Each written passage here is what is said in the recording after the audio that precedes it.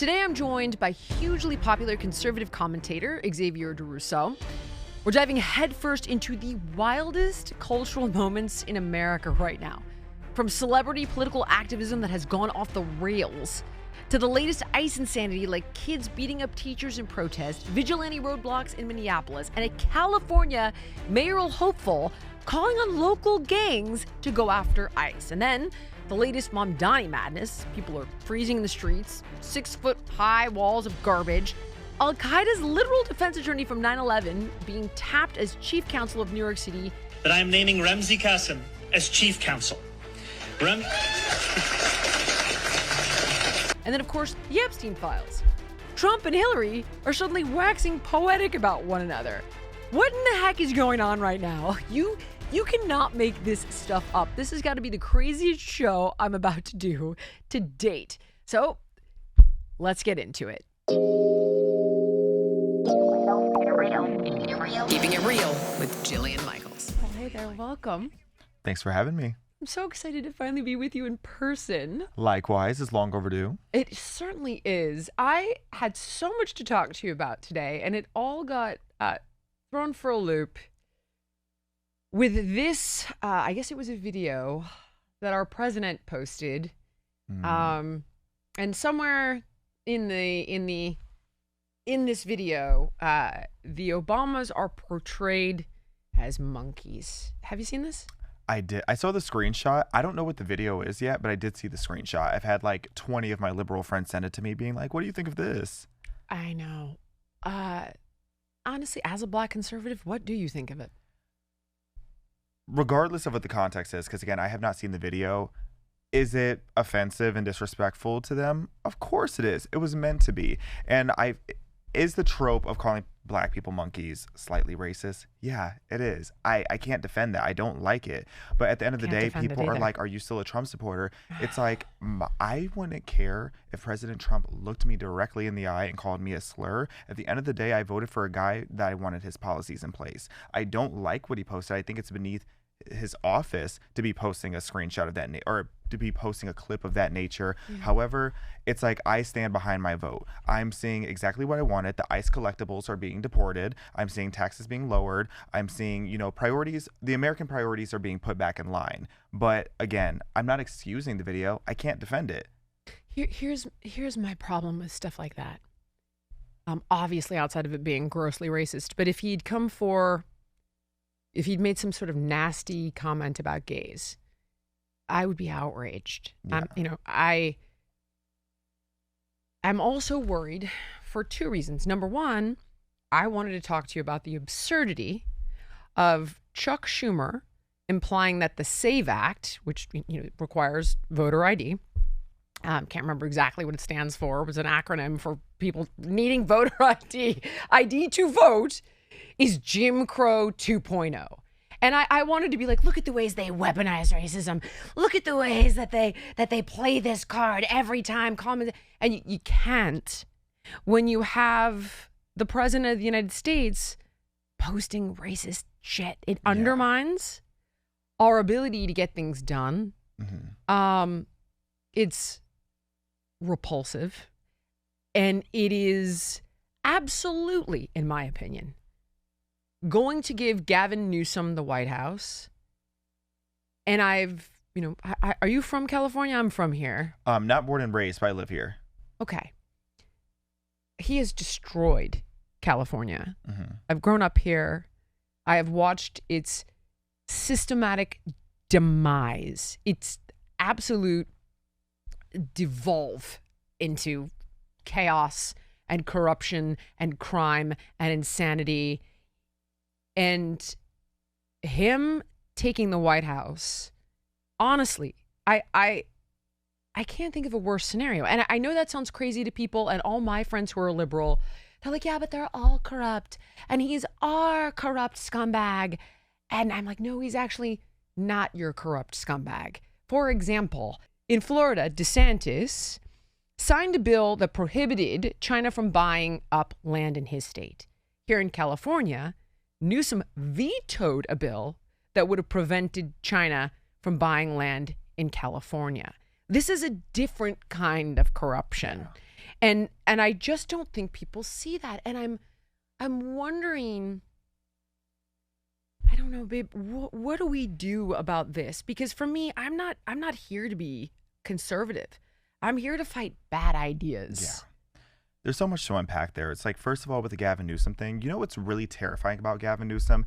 It's not just his bad policies, it's the fact that he doesn't stand for anything. No. Because if he were somebody that stands for bad policies consistently and someone that, like, I can at least expect what it is that he's going to support or be against, it's like, okay, bad apple, but I see it coming. With him, he's completely unpredictable. He has no spine and he has no moral compass. It's like when you see him sit down with Charlie Kirk or with Ben Shapiro, it's like he switches his tune up all of a sudden. All of a sudden, he's a little bit more moderate. But then he goes and he sits down with a leftist or a liberal, and then suddenly he's the most progressive person in the room. So the thing that's so scary about Gavin Newsom is the unknown. I don't know what's going to happen. All I know is he's going to cater to whatever audience he's speaking to or whatever donor class is boosting him up. So that being said, he's already compromised. And if he takes over the White House, I am terrified to see who he's going to accept a check from behind the scenes and what he's going to allow to happen to our country. That's exactly how I feel about it. And I just worry, I thought we were absolutely done having this conversation for a little while about the alt-right. Like, you've had some quieting down of the crazy.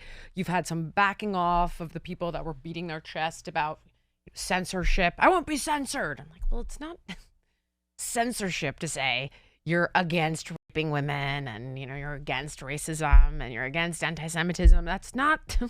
But sure, you want to position it that way because you don't want to alienate an audience, be my guest, but let's call it what it is. Yeah. The clicks are your compass. And, for you and your bank account, like, I guess bravo. But if we're talking about what's best for the country, when you undermine, the common sense side of the party that you're really going to need to be intact come the midterms in 2028, bad idea. It's so frustrating. And it's like, the more I sit and I think about that video being posted with the Obamas being portrayed as monkeys, I'm more disappointed than I am mad. I'm disappointed and I'm frustrated because, like you said, it is going to give them the extra fuel on the left to weaponize against us. And as a Black conservative, I've spent an absorbent amount of time being like, hey, Black people, come over here. We're not racist. We're not accepting. Or we are accepting over here. And now it's like, it looks like I've been gaslighting them this entire time when they see something like that. It's like, do I think President Trump is racist? I still don't. Do I think that he can be, doing too much sometimes? Absolutely. And going to the Chuck Schumer thing, it's like, Black people are sick of being the scapegoat for bad policies. It's like, you have this policy where you are trying to make it to where any person can just show up and vote without an ID. And then you belittle Black people by making it seem like we're too unintelligent to get an ID. And if you're too unintelligent to get an ID, then you're too unintelligent to know who you're voting for and why you're even at the polls. So I really think that you should just sit that one out if that's the struggle that you're dealing with. And again, the Democrats know that. The Democrats don't think that Black people are that dumb. It's just, again, the scapegoat so that they can make it easier for illegal immigrants to vote. I notice that, minority communities are used as pawns. Same with gays, same with the Black community, and same with the Latino community. But it's very difficult to call that out. Again, when you have racist chats with these young Republicans, and then the guy that's supposed to become the president is like, I don't want to clutch pearls. I'm like, I think you should. Probably should, homie. Clutch some fucking pearls. Now's the time. And when I was interviewing Winsome Earl Sears, who was running for governor of Virginia, lost, which is like, how does that happen, by the way? This is a liberal's dream. A friggin' Jamaican immigrant, woman of color, 2 master's degrees, small business owner, Marine, lieutenant governor. And they voted for the white liberal who worked for the CIA that just proposed raising their income taxes higher than California's and wants to lower the criminal sentence for crimes like Nick Freitas just educated me on that. And she was like, yeah, no problem. They should absolutely be condemned and they should get out of the party. They're not welcome. Why is that so hard? Do you feel, I feel like you and I know this is, I don't mean to do this and I don't mean to pull you into this, but to a certain extent, I feel like there's a line that needs to be held. And when it comes to racism, people like you, and I mean, people of color, I can't hold it. Otherwise, I'm like a fucking white savior. I can't do that. I can say it's gross and disappointing, but then I become that like white liberal trying to defend my black friends. Like, I can't do that. You know, it's really annoying that people are so terrified of nuance. It's like, I can be somebody that's like all for freedom of speech, but people do too much. I still remember the day Elon Musk bought Twitter, and I made a tweet and I was like, you guys are going to show why we can't have nice things when it comes to freedom of speech, because within hours, the hard R N-word was trending. Yeah. So I do think you have to just dare to be someone with nuance, to be like, look, and you can acknowledge it on the front end, because, you know, people don't like to listen to, you know, the full 60 seconds of what you're saying. They only want to hear the first 15, but you can acknowledge like, hey, I'm not trying to be woke, not to be that woke friend, but this is doing too much. Yeah. Because like even with the young Republicans chat that you were talking about, my reaction to that in real time was actually crazy, because I was recording myself as I'm reading through it. And at first I was like, you know, I'm the oldest month of Gen Z. So I'm sitting here looking at this like I was in Modern Warfare 2 group chats. I was like, this has nothing compared to what I grew up seeing. I was like, people are too sensitive. But as I'm going through it more and more, I'm like, okay, this is getting really dark. Terrible. And I'm like, this is actually like sick. It's sick. Actually. Repulsive. And I'm really glad that immediately accountability was taken and these people were kicked out of their positions. But that being said, we do need to do a better job of vetting these people out. If you're somebody that's on the more radical side of things and you're out here like talking about people getting raped and talking about all these racist things on a regular basis, it's like, okay, this isn't dark toilet humor anymore. No. Like, you just have something wrong in your brain and you're not who represents the Republican Party that I'm a part of. Thank you. Same. I want to talk a little bit about evil for a second. You know, this is the week of the data dump on the Epstein files. Okay. I understand that we don't really know what's there. You know, I've heard everything. Oh, Russia's mentioned 10,000 times, but we can't nail down a meeting with Putin. But then like Peter Thiel's in there and Reid Hoffman's in there, but so is kind of Elon Musk, but Trump knew the guy, but not really. And the Clintons are supposed to, like, honestly, everyone's in there. And I'm not suggesting, listen, obviously, the vast majority of these people are not pedophiles. However, this is a man that was convicted of procuring a child prostitute. And every one of those people knew it. And everybody knew who Harvey Weinstein was. And I could show you clip after clip after clip of Michelle Obama singing Weinstein's praises, Oprah singing his praises, like everybody, Meryl Streep hanging on to Weinstein. Everybody knew Weinstein was a scumbag. That's one I actually knew. Yeah. I didn't know who Epstein was until, of course, Epstein hit the you know, the public forward-facing stage in 2019 or something. Yeah. I knew who Weinstein was. I knew he was a scumbag. I didn't really know who Diddy was, which is crazy because I'm actually on a poster with him. Oh. I know. I don't know if you've ever heard this or clearly not. So, so my business partner came to me many years ago and said, Mark Wahlberg wants you to invest in his water company. And it was also Sean Combs' water company. And I met with Mark Wahlberg, couldn't have been nicer. And he's like, we want to make you the chief wellness officer and want you to invest and be a partner. And so the running joke is like, I'm on a freaking poster with Sean Combs because my business partner thought it would be good for the brand. I'm like, how good's that for the brand now? But Once upon a time. I didn't actually know who he was. I was never a part of the parties. And there was one invite that I did get from this woman, Erica, who ran his company. And it was for Players Week. I guess he was having a bunch of athletes over to the house. And the offer was like, I could come and train them if I wanted. And I was so offended at the time. I was like, tell him we'll do a little quid pro quo. If he wants to come to my kids' school for their spring sing and give a few lessons, I swear to God, I have the email still. I was so freaking pissed. I was like, how dare this guy? Who the F do you think you are? Want to come and be the help? F off. And then I started to hear rumors through the grapevine because I had a friend who works for intelligence and he was stationed in Cuba. And I went to visit him in Cuba. And he'd said that like Diddy had come through, done all kinds of crazy stuff, racked up an insane bill and took off, didn't pay anybody. And I never wanted to know him personally. And as he got crazier and crazier, I was like, what do we need to do to get me off of this poster with this guy? This is before all this sex stuff. This is when he started spewing like his anti-Semitic stuff. He had an anti-Semitic era too? He did. And I remember it because that's when I first wanted off the poster. And I can't remember exactly what he said. I'd have to find the frickin', but he started spewing something that was anti-Semitic. And I was like, this is not good. I do not want to be a part of this. This is ages ago, before all this crazy, creepy Diddy party grossness came around. How do we hold people accountable? Like Naomi Campbell, Mick Jagger. That's one that breaks my heart. Me too. I'm such a Naomi Campbell apologist, and it's like, I just know she's a part of something. Can't tell you what. Me either. And that's the thing that sucks about these files. It's like we have 3 million pages, and I'm constantly sitting there like, what are we supposed to do with this information? Right. How much of this is hearsay? How much of this are like, there's so many misunderstandings. I'm trying to remember who it was. Tony Hawk. I just saw he was mentioned in there somehow or got thrown into it. And then it come to find out, Tony had nothing to do with Jeffrey Epstein. The confusion came from some photographer he worked with named Mark Epstein.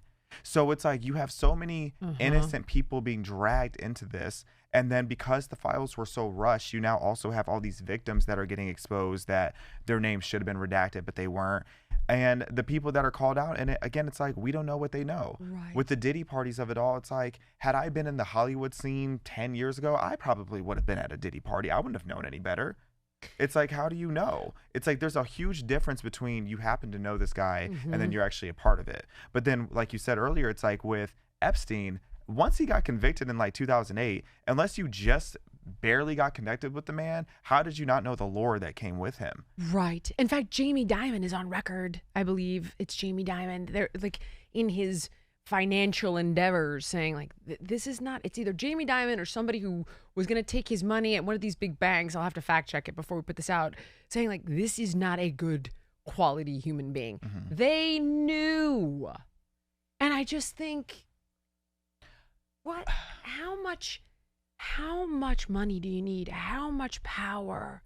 Even if you're not some creepy pedophile, you're still like a moth to this repulsive flame. That scares me as a reflection on culture. Like, I do have a section of stuff that's bullshit that I wanted to go through with you because no one's really debunking stuff from Adrenochrome, which isn't real. Have you seen this?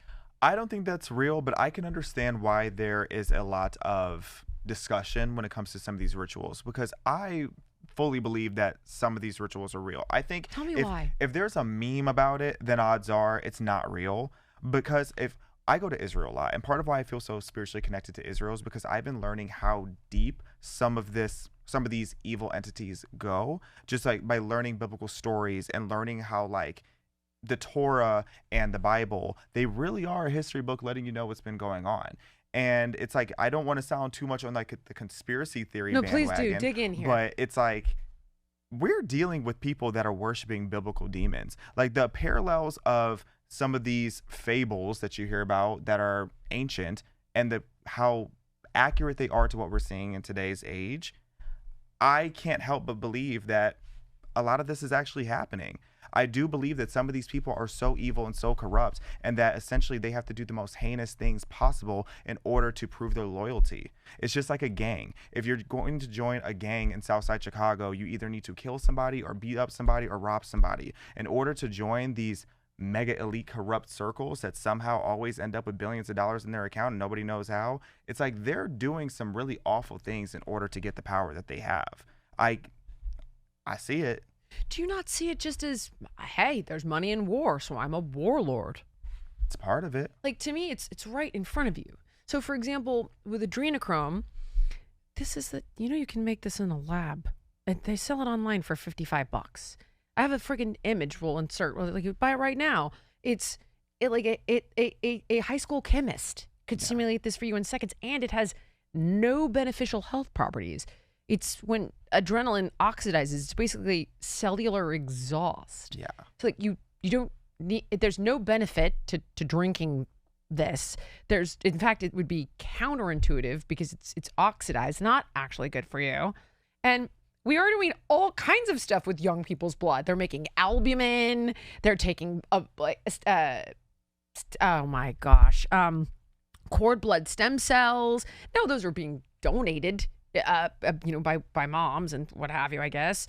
But they are doing that shit right in front of your face. Yeah. And that has benefit. There are young donors who are giving plasma, and you can buy it. You can go to Texas right now and get it, like a donation of albumin, I think it's called. Haven't done it, but guys like Ben Greenfield do it all the time. And it's like a live young human like yourself who's like, okay, old person, I'll donate some blood. And I'm like, oh, I got Xavier. There's like appropriate donors. My point is simply, we don't need to fabricate all of this. There's enough evil shit kind of right in front of our face. And I worry that it's a distraction. But you think this whole like Satan stuff is real? 100%. So to clarify too, why I'm saying like why going to the Middle East has taught me a lot. It's like you go and you learn about like the pagan roots of a lot of the things that are going on today. And then also if you start studying some of these rituals that happen in the Islamic Brotherhood, for example, you start learning about things like bachabatsi, where what they is get that? Bachabatsi is very real, very well documented, not a single dispute out there. It's this thing where a bunch of wealthy Islamic men, a part of the Brotherhood, will get young teen or prepubescent,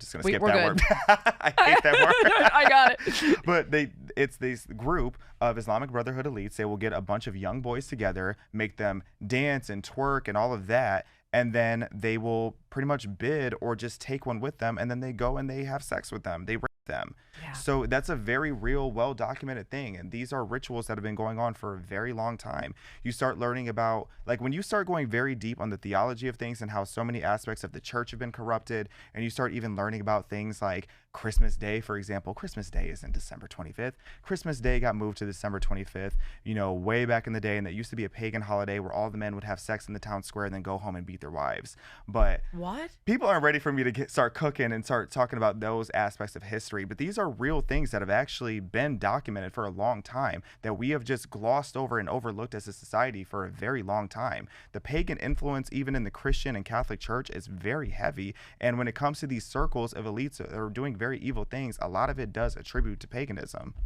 not to be confused with Satanism. Satanism is pretty much you just worship human nature. Paganism is you are actually worshiping these demonic entities. Oh, wow, I thought that was Satanism, like you worship Satan. Satanism does not worship Satan. Satanism is pretty much like, if it benefits you, absolutely go for it, do it. If it hurts the person or helps the person next to you, is irrelevant. Oh, so like, but see, I look at that, I'm like, narcissist. You would say Satanist. Self-worship. That's interesting. Okay. Narcissism is rooted in Satanism in a lot of aspects. See, like you'll say bachabatsi, I'll just say pedophile. Like to me, I've known for a long time that children are trafficked. We know this. And they're trafficked for their organs. They're trafficked into the slave trade. Multi-billion-dollar industry. Right. But I guess I feel like I worry sometimes. So for example, it's interesting. Someone was saying, oh, Tim Walz got a public thank you from, I actually wrote this down so I don't get this wrong. So bear with me here. Okay. After all this has come out, right, in the TikTok sphere, Tim Walz is a Satanist. I'm like, okay, I mean, he's incompetent, but I don't think he's a Satanist. So there was a satanic display at the Capitol in Minneapolis in late 2023 and early 2024. A group known as the Minnesota Satanists placed a display in the Minnesota State Capitol Rotunda. The display was permitted under the same First Amendment rules that allow other religious and non-religious groups to set up holiday displays. Now, the note said, thank you. It was a thank you note to Tim Walz. That wasn't actually an award, but Governor Walz clarified that he disagreed with it, but he didn't have a choice because of the First Amendment. Now here's the thing. I feel like people go down these rabbit holes, and when they do, there's real evil out there. And they get distracted and not able to focus on fixing what's really broken in the ways that it really needs to be addressed. Yeah. Like, he's not a Satanist. He's an idiot. Yeah, that's a stretch. I mean, then here's another one. Okay, ready? Have you seen these photos? Okay. A mess. No, I know. These paintings, So the one on the right, obviously Clinton, the one on the left, Bush. So Clinton is wearing Monica Lewinsky's dress. These are in Epstein's house, forgive me, in New York. Okay, so in his penthouse. And George Bush has a paper airplane with 2 toppled Jenga towers, obviously meant to represent the Twin Towers. The guy in the middle, the reason I have him there is that's the model, literally, for the painting you see on the right. The reason I included him in this is because these were done by an Australian art student years before Epstein bought them. So her name's Ryan Cleed. Her name's Patrina Ryan Cleed. She painted both. It was a student thesis piece. Shortly after arriving from Australia, she said, it's not meant to be partisan. It's not meant to be taken literally. It's about how opposition parties caricature presidents. So Epstein bought one, the Clinton one, for $1,300 at a school fundraiser. I don't know how much he paid for the George Bush one. The only reason I bring this up is because everyone's like, oh, he commissioned these because he knew, and George Bush is responsible for 9/11. And it's like, guys, just a friggin' just like 2 minutes of research. And that's the part that I get a little bit concerned with the conspiracies. And the other issue with the conspiracies is that it ends up undermining the shit that's of deep concern. Yeah. I couldn't agree more. It's like someone like Epstein having that in his house, especially when you start going through his emails and kind of just learn his personality a bit, it tracks for me that he would just find something like that funny, especially because he's friends with them. So it's like people taking that and making all these extra conclusions about it. It's what makes everybody look very unserious. Right. It's what makes everybody look like a joke. And again, it's like, that's why I keep just looking at these files and thinking, what am I supposed to do with any of this? Because there's not a lot of credibility in there. It's like millions of pages of speculation with truth woven in between here and there. So it's so frustrating to see that and not be able to come to any kind of justice.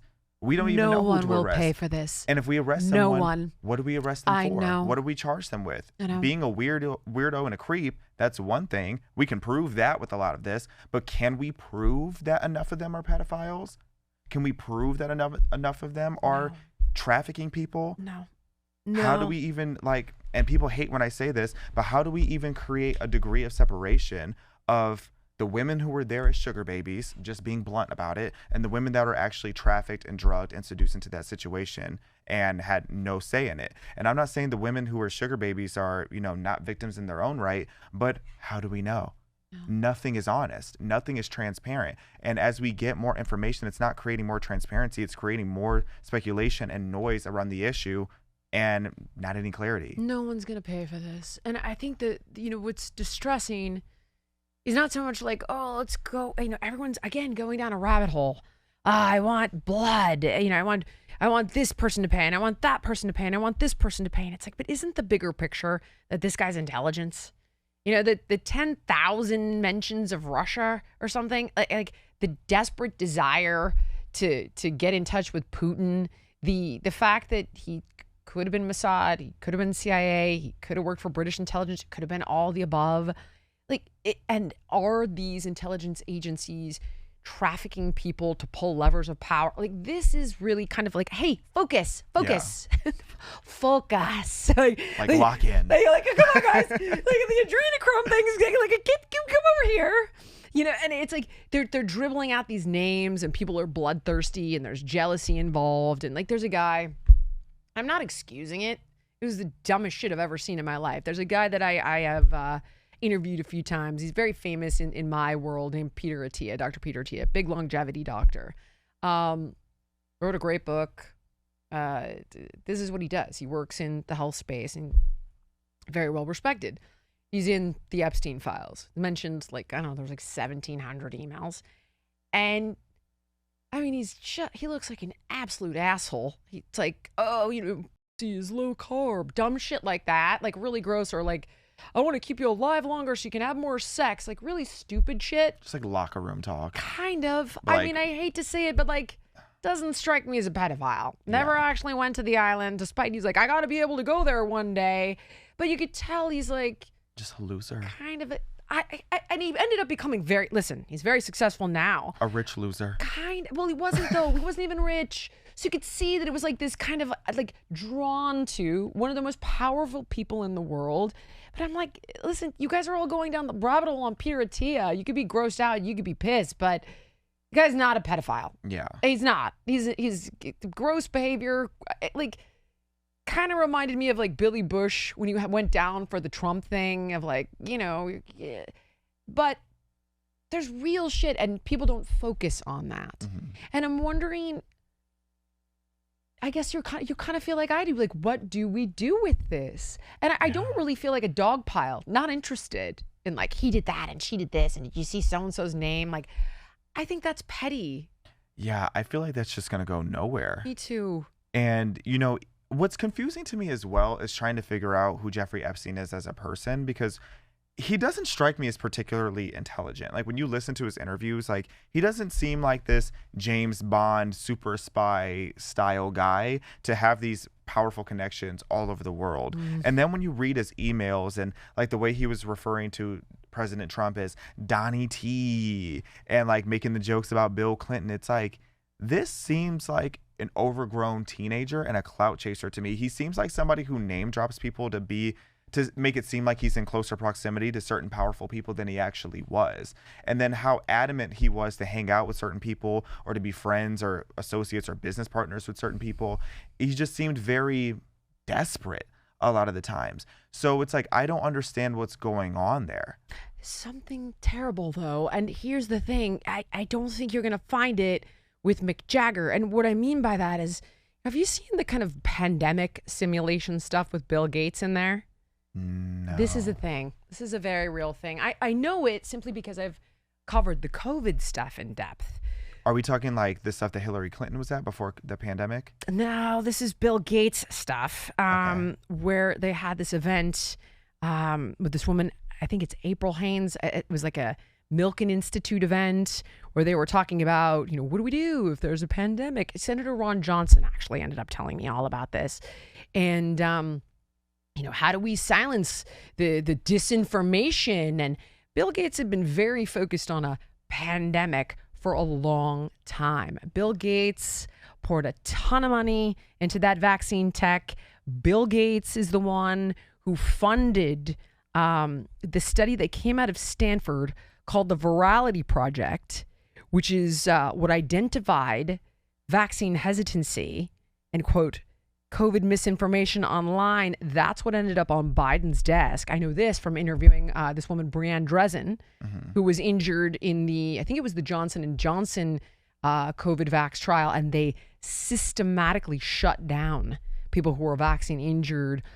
She's in the Virality Project. She's in the report. She's actually suing the Biden administration for $1, but it's about principle.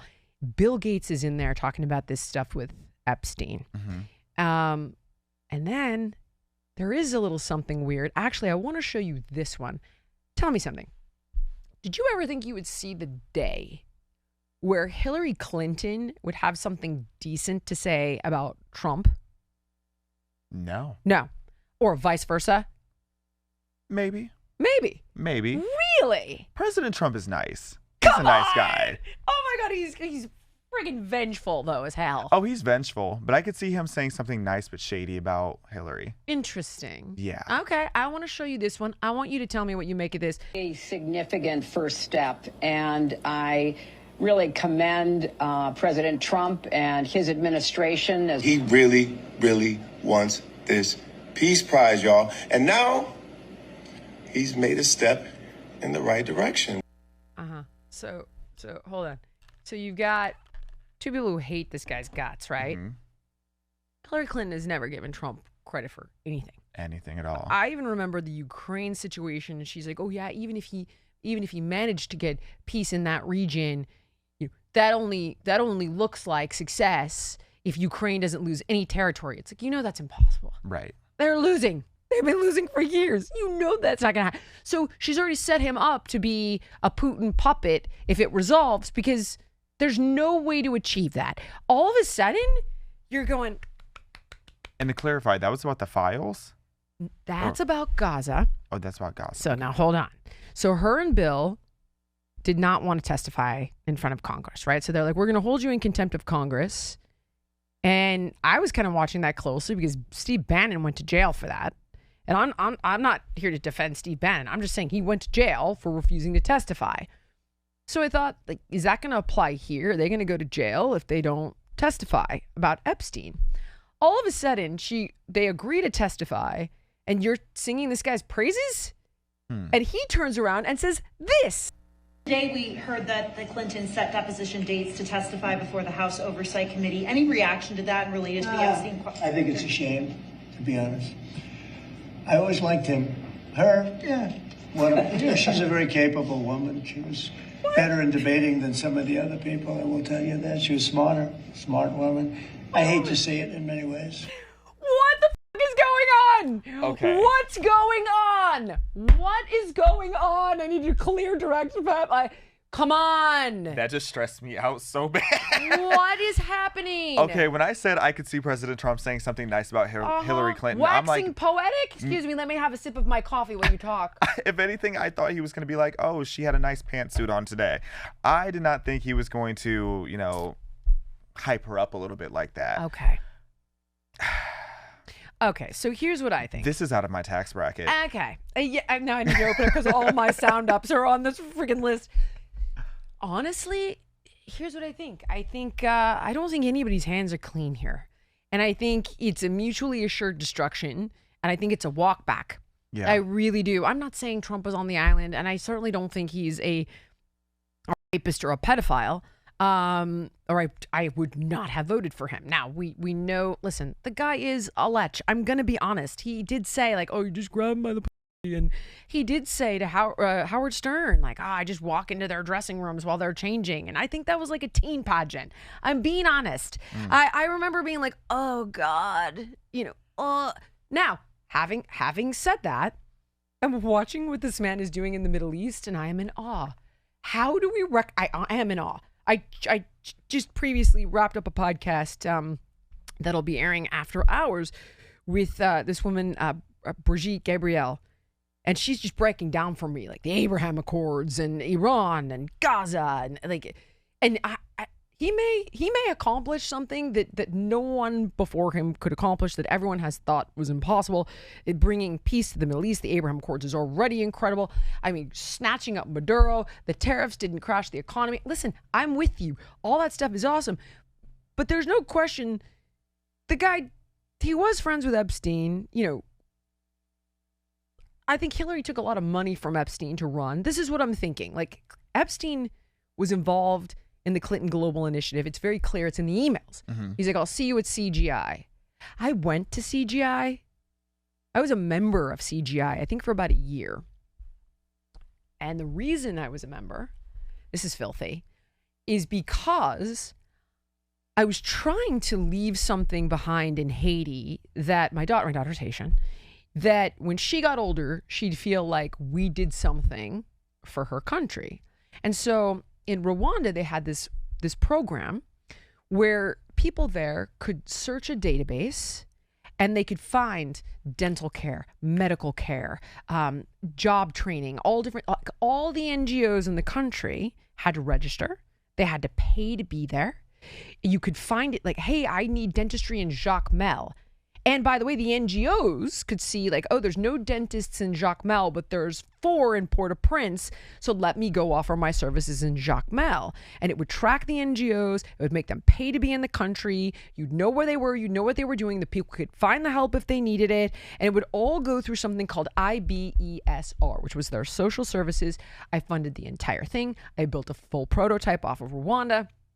And all I needed was to get to the president of the country, this guy, President Martelli, who Clinton had like been arm in arm with. Mm-hmm. The Clintons have, unfortunately, a very shady past with Haiti, which I came to find out later, because all the money, this is what I'm talking about, all the money from it was the 2010 earthquake, all of that money vanished. So all the money that was supposed to go through her went to this Digicel billionaire, this guy, Dennis something. Team, if you can look up his last name for me. Dennis O'Brien, I think it is. went to this Digicel Irish billionaire who was supposed to rebuild Haiti. Billions lost. Haiti continued to be in shambles. It all flowed through her. All of this went down at CGI. Nobody helped me. So now I'm a member of the Haiti Action Network, right? And there's Maria Bello and Sean Penn and this guy Dennis, whatever the hell his name was. And I'm like, all I need to do is get a meeting with President Martelli. Like, I'll fund the entire thing. It'll all be paid for. It'll track NGOs. Fuck no. They're like, let us see this thing that you've built, this whole system, this website. And I did it with the agency that I worked with to adopt my daughter. Like, they killed that thing. They killed that thing so fast. Wow. And I remember sitting back thinking, why in the world would you do that? And now I realize that it's about being lords of poverty. Mm-hmm. Now I understand that you want to keep these countries poor, that you want to make sure they're never self-sufficient because of how much money you make on things like USAID. Oh, we're just going to sell them our GMO crops and our chemicals, and it's all a tax subsidy game. It's all corruption. Mm-hmm. And that's when I first saw CGI, and I was like, hold on a second. You guys are not doing good things here. This is not a good organization. Mm-hmm. And I didn't like rejoin. I never went back, only to look at these emails and see CGI and the Clintons and this, and Bill's been on the island 23 times. Who is the person? Do you remember 2015? It was Trump. It might have been 2016. I think it was 2015. It was Trump on stage with Hannity, who first brought the Epstein files to the table, as far as I remember, saying like, Bill's going to have a real problem. Something about a secret island's going to come out. He's the one that said like they should be answering for this. Now they have to answer for it, and you're saying it's a shame? What do you think? Like, I'm not telling you they're eating flesh. I'm telling you they're corrupt as shit. Yeah. It's right there. You know, I feel like there's an element of protection that's going, not necessarily just to protect. This is my theory. I could be totally wrong on this. Same. I feel like an aspect of this is it's not to protect people like the Clintons, where there's not a single accusation out there that you could say about them that I want to believe at this point. But, well, besides some of the craziest conspiracies, but I'd imagine that they're adjacent to them. But it's not about protecting people like the Clintons. It's more about the ripple effect of what's going to happen if some of these major players fall, because we know how involved the royal kingdom is, and they're not just the royalty of the UK. That's the entire Commonwealth that we're going to be beefing with. Think about the people in the Islamic Brotherhood that are very prominent and very powerful and very wealthy and very trigger happy that could be falling. Think about the powerful people in Russia outside of just Putin that are going to be very angry. Do you think about all the people that could potentially fall with this? What does that mean for our society? That could lead to just pure anarchy. If too much gets exposed too quickly, I don't know if the general public is ready for that. And some people are like, don't care, burn it all to the ground. That's easier said than done, and you can say that. And sure, I can understand why you feel that way, because we're all angry. We're all pissed. But we can't be reckless with this. And if too much comes to light that the public's not ready for, there's a reason why certain things are classified in secrets, because the public isn't ready for it. You know, I just was interviewing Luis Elizondo, who totally separate and unrelated subject matter on UAPs. But I'm like, dude, you know, we're kind of at the point where this reminds me of the girl that you go out with forever and just never ends up sleeping with you. Like, at what point? You know what I mean? Like I just don't even. I hate the teasing of it all. It's like, is it real? You give me a grainy photo, like deliver me an alien or shut the F. Like, and. But he said sort of something almost identical, which is why I bring it up. And he's like, this is Jillian. People need to pay their mortgage. You know, they need to take their kids to school, show up for work. You know, if we just dumped this on everybody all at once without a dribble and a drip and a drab and it kind of like acclimating the frog to the hot water in the pot, do you go and pull all your money out of the bank tomorrow if aliens land? Probably.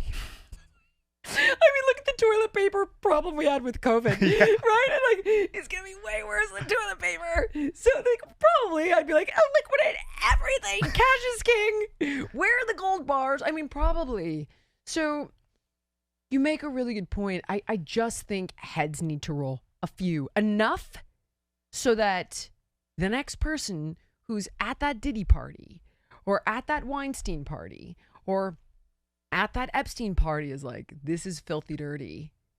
And I better keep as far away from this as possible. There are consequences to this behavior. And yet... But you think they would go down without taking more with them? That's probably why they had to take Epstein out. Oh, wait, I forgot. He just happened to die in the split second that the cameras don't work. It's like, I just hate unintelligent lies. Like, if you're going to lie to me good. Lie to me, like, have me really scratching my head about it. Don't just, like, play in my face. Right. Building 70s. Oh, my God. Okay.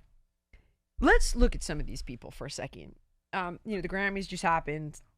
Super Bowl is happening today, actually. So, God knows what's going to come out of that. I hope nothing. I just want to, please, God, just perform. Please, for the love of God. Just sing. Just sing. Right? Is it me? Because I love the album. I do too. It's so good. It is. It's like, I can only understand it if I read it, because I can't really understand the Spanish when I'm hearing it, but it's a vibe. I'm hearing the beat. That's all I want to do. I just want to vibe and sip my drink. I don't want any political statement, especially after Bad Bunny just went on this whole tirade about how he's never going to perform in America again. That did piss me off. Not going to lie. Same. How are you going to say you're not going to perform in America anymore and then come and perform on the biggest stage that we possibly could offer you? Yep. That to me was annoying. Yep. But please just let it be football. I know. I walk back actually something that I fought for so long. I always said, like, you know what? Actually, it's not that I walk it back. I want more athletes to be honest about how they feel, honest about their political views. I just don't want them to be forced to say things that they don't believe in anymore. But at this point, I just wish sports could be apolitical. Sports need to be apolitical because that's where people can actually come together and connect. I was going to say about music. Yeah, music used to be that way. It's like, you can be a Democrat, I can be a Republican, but we both still love this team, or we both still love this artist. That's how things used to be. But the reason that we had to start pushing for more of these pro football players and basketball players and everybody to speak up is because they were forced to pretend to be woke. I know. You know who never did that and had one of the highest popularity scores of all time is Michael Jordan. Yeah. He just refused to participate in it. He's like, I'm not going to do it. Now, if you refuse, it's assumed that you're Republican. Right. Which is the ultimate crime. Yeah. Which brings me to something that I've been wanting to address all week. When I watched the Grammys, I figured, listen, I 99% understand them. I don't agree, but I understand them. You've got Billie Eilish, and it's like, nobody's illegal on stolen land. But she doesn't, honestly, she's 25 years old. Yeah. Okay, she was raised by liberals, I think in California. Mm-hmm. She doesn't know the history. She doesn't even understand how America came about. She clearly doesn't know.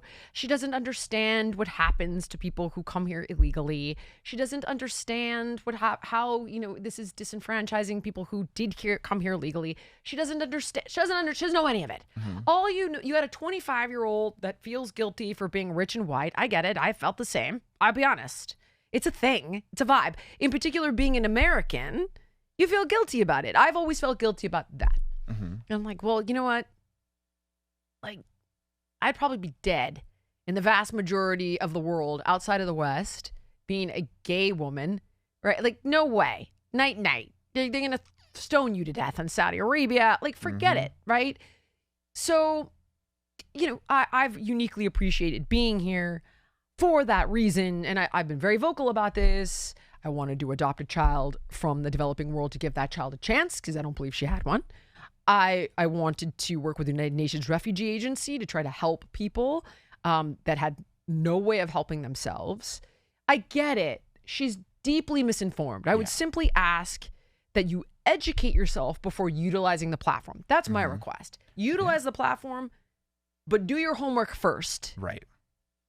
That said, of everybody on the Grammys that pissed me off, I want to ask you first, did anything piss you off first before I go on my little tirade here and rope you in? Well, I agree with you when it comes to Billie Eilish. It's like, I'm trying to give her some grace. It's like, I understand you really genuinely think you're doing the right thing. 100%. I was woke for years. I was a BLM activist. I was all progressive. I was all for it until I started doing my research and stopped researching with confirmation bias. And, you know, if I could say one thing to Billie, it's Billie, there are so many young girls out there that would love to be at your concert, but they can't because they were murdered by the people you're protecting. Yep.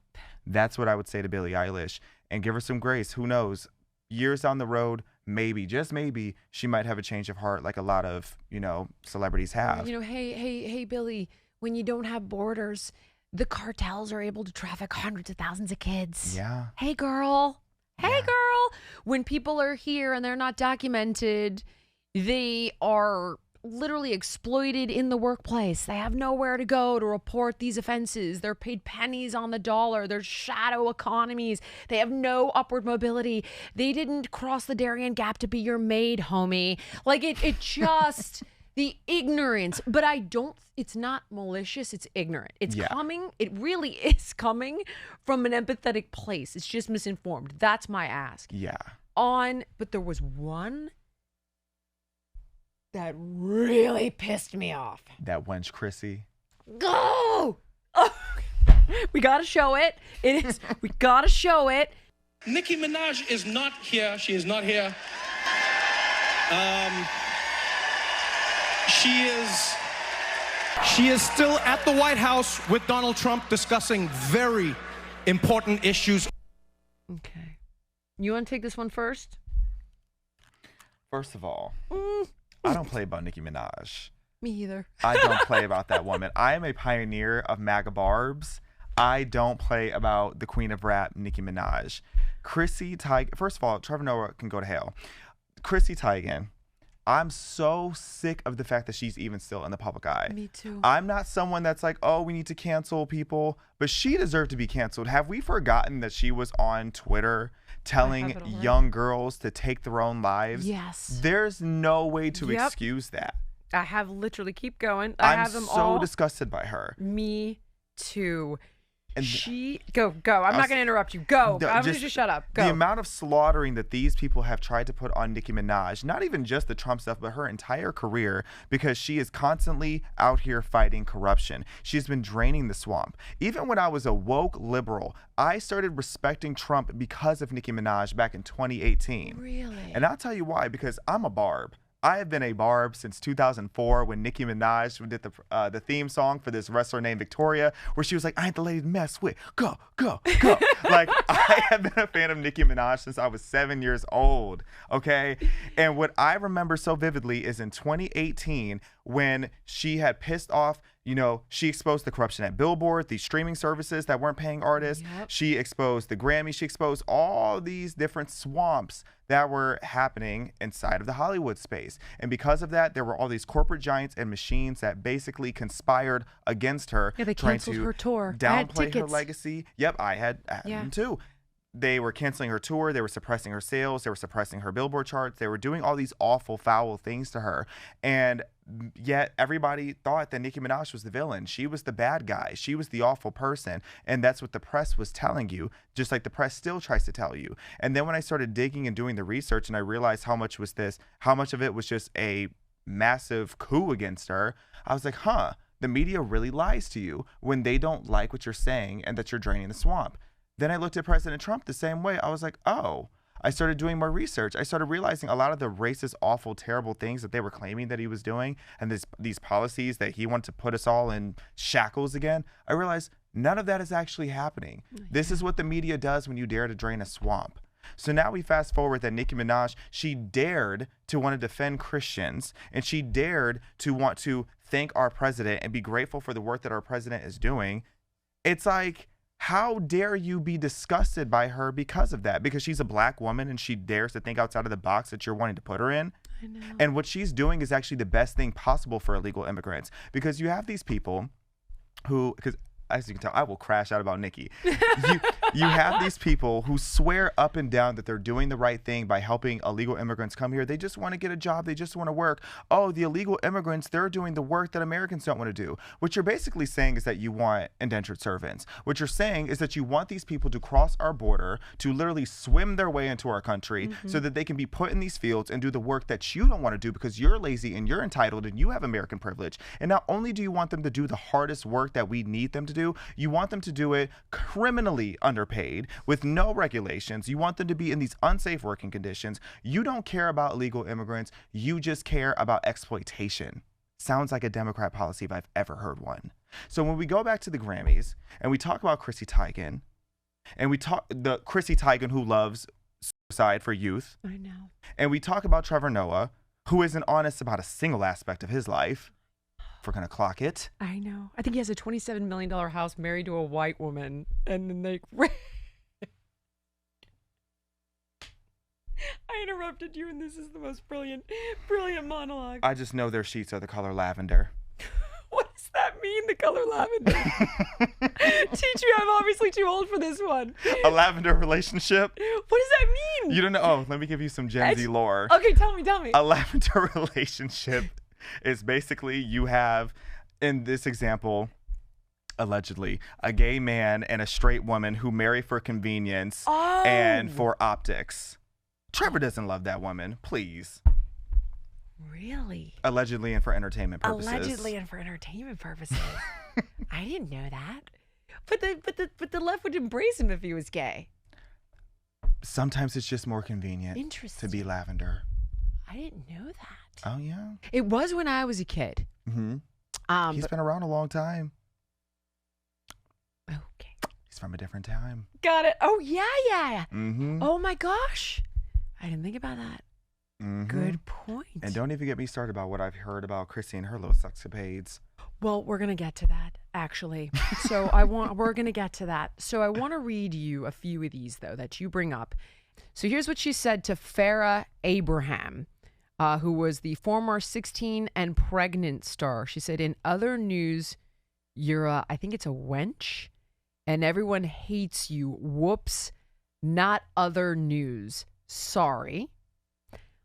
Then she said to her, "Wow, amazed to see the outrage behind calling a staged leaked sex tape chick from Teen Mom exactly what she is. Go on with your bad selves." Here's what she said to Lindsay Lohan. Lindsay adds a few more slits to her wrists when she sees Emma Stone. It's just dark. It is dark. It's disgusting. I didn't know that one. Here's what Courtney Stodden said that Chrissy Teigen had said to her. She wouldn't just publicly tweet about me wanting to take a dirt nap, so I guess to die, but Teigen would privately DM me and tell me to kill myself and things like, "I can't wait for you to die." The list is so long of this girl's bullying. And in the most, okay, ready? Here's another one. She apologizes for this only to end up bullying Nicki Minaj. But wait, Teigen wrote, Nicki Cox named her son Meredith. Her son Meredith. Meredith is her son's name. The name of her son is Meredith. Is it a child that she's trying to humiliate? It's crazy. Avril Lavigne. Here's what she said about Avril Lavigne. "If you told me I could have one kid, but it would look exactly like Avril, I would choose to have a barren, sterile existence that ends when I die." What a feminist. Uh-huh. After receiving hate from Lavigne's fans, Teigen said, "Sorry, you're offended." I mean, it is a long list of just vitriolic hatred. Here's another one. I'm going to get this name wrong as I've not heard of this person, but it's like Quinvan Zane Wallace. Oh, this is a 9-year-old Academy Award nominee, okay? On February 24th, Teigen asked her followers, "Is it okay to call a small child cocky?" And then followed it up with, "I'm forced to like Quinvan Zane Wallace because she's a child, right? Okay, fine." She's going after children, this woman. Okay, now I want you to take a look at some of the so you've got So let's establish the precedent that she's also an alcoholic, who I guess is not drinking at the moment, who's viciously bullied women on social media for years, viciously. And children. But it actually gets even grosser. People were finding all of these disturbing old tweets from Chrissy Teigen's Twitter account before she mass deleted 60,000 tweets. She said seeing little girls do the splits half is just, I want to put myself in jail. A little boy in the pageant now, finally some eye candy for me.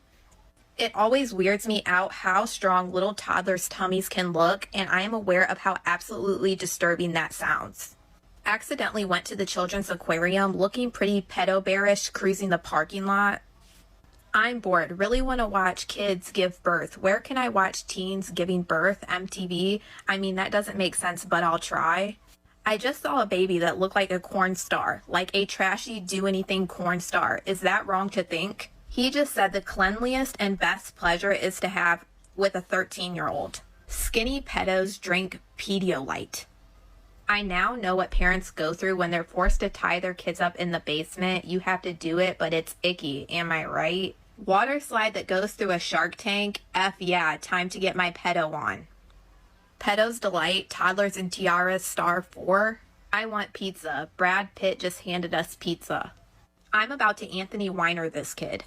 Anthony Weiner is a former member of the United States House of Representatives who has been involved in multiple SMEC scandals.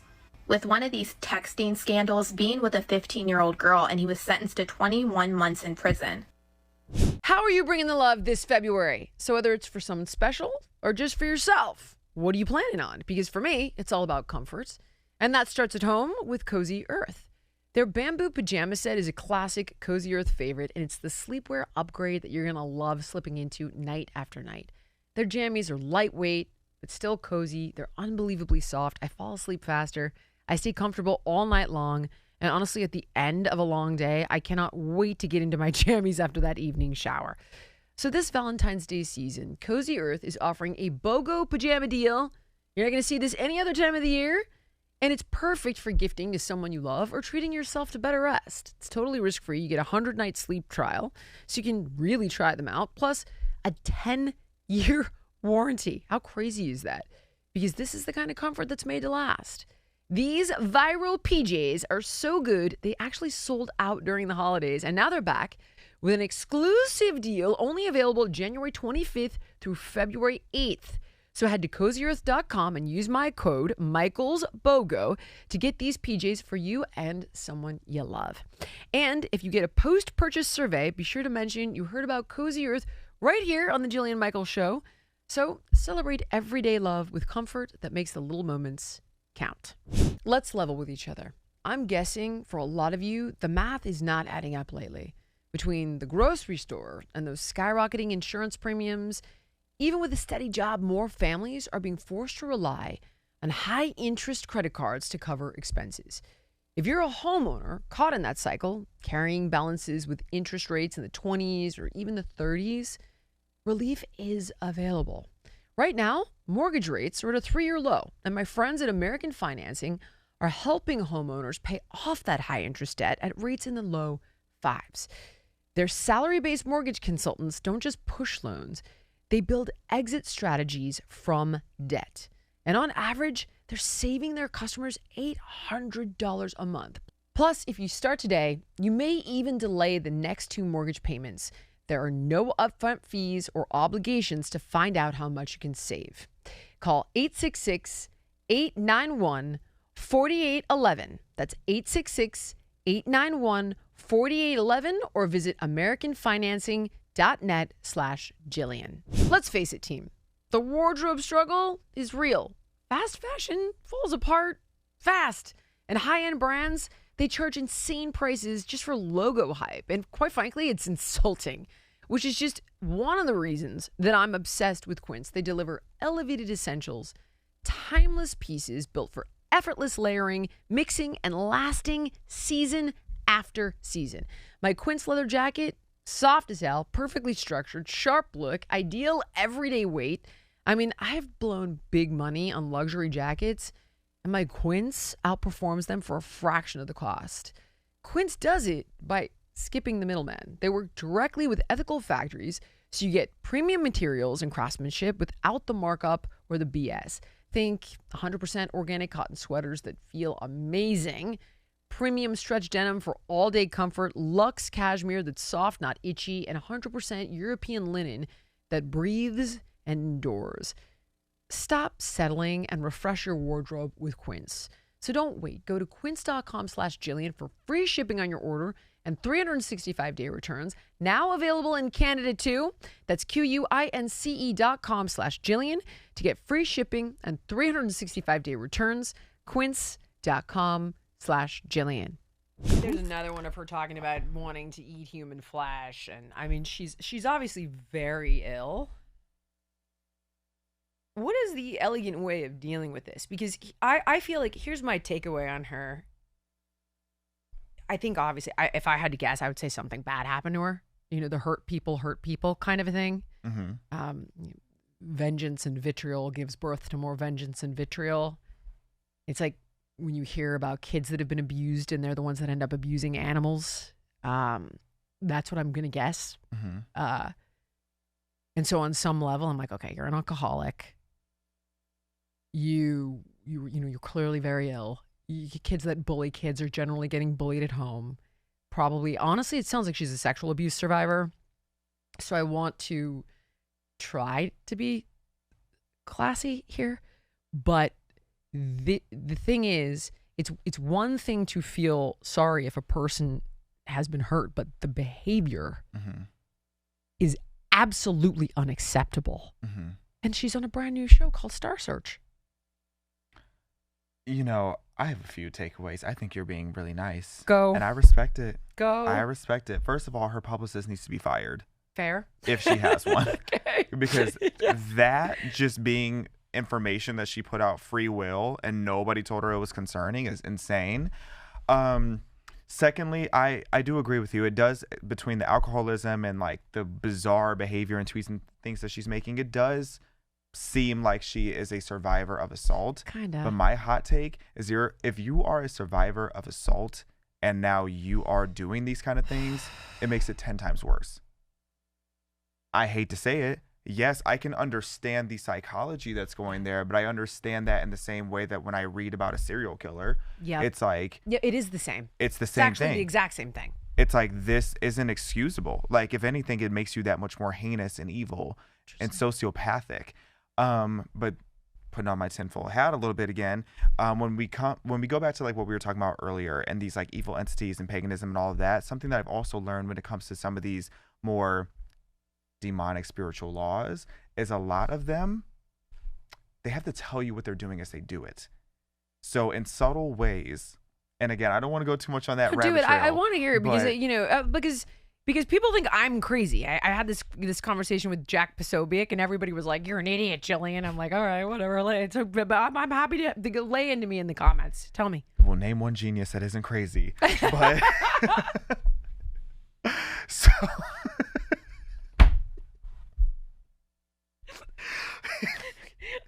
I'm telling you, I have been so locked in these last couple years about theology and history, not even from like a religious nut perspective, but just learning how long and how far back these evil things have gone and have happened. You've done the work. Okay. So when you look at spiritual law, these people have to tell you the evil things that they're doing as they do it. It's a predictive programming thing. It's also just like, it's just one of the rules. They tell you point blank. Predictive programming. Are you trying to say that like they're trying to spread this message? What does that mean? They're normalizing it. Oh, I get it. They're desensitizing us to it. I get it. A lot of the things that are happening they've been inching towards it for a very long time.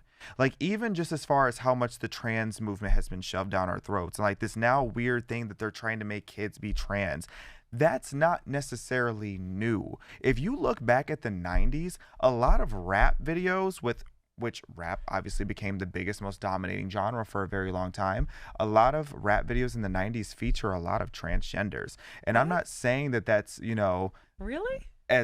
Yeah. If you look at a lot of them, if you go and do the research of who are the the vixens of these music videos, a lot of them feature trans women. And it was to slowly normalize more drugs, more crime, more transgenderism. And then the slope starts and they start to make it to where now it's being normalized and put on children.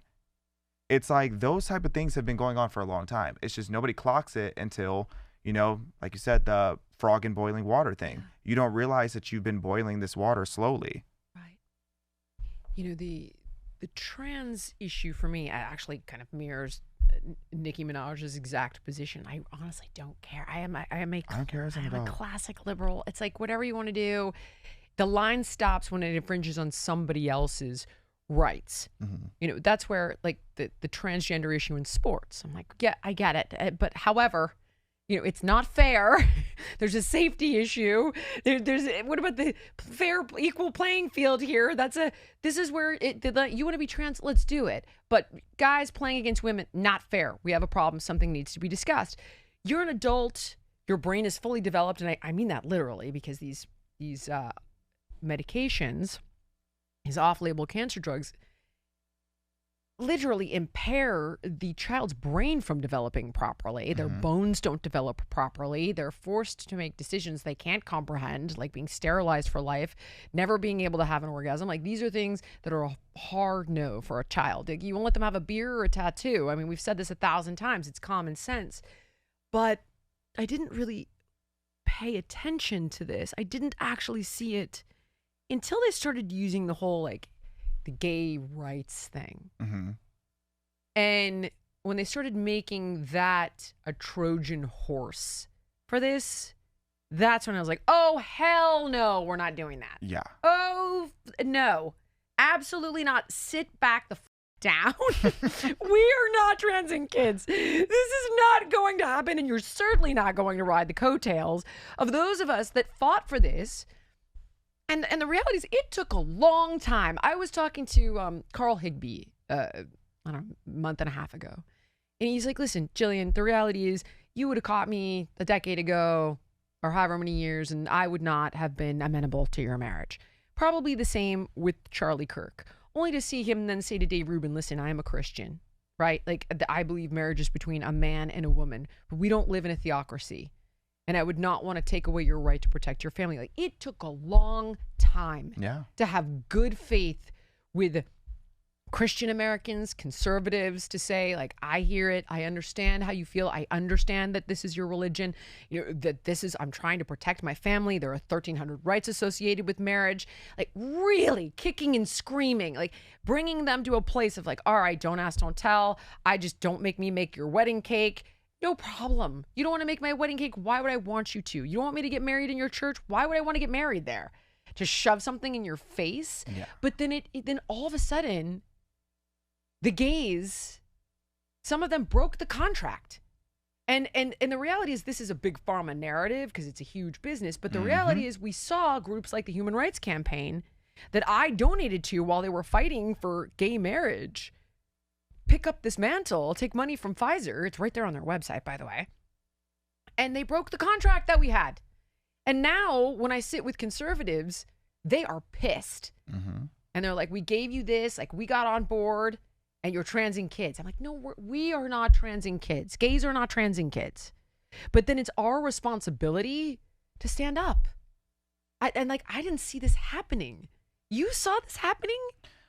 You know, no, because I tried to give the benefit of the doubt for a long time when it comes to anything slippery slope, that there's a common sense end game. Okay. And like whenever people are at the root of like fighting for a cause, the people that are actually leading the movement, when the movement has substance, they're never trying to take it to the extreme.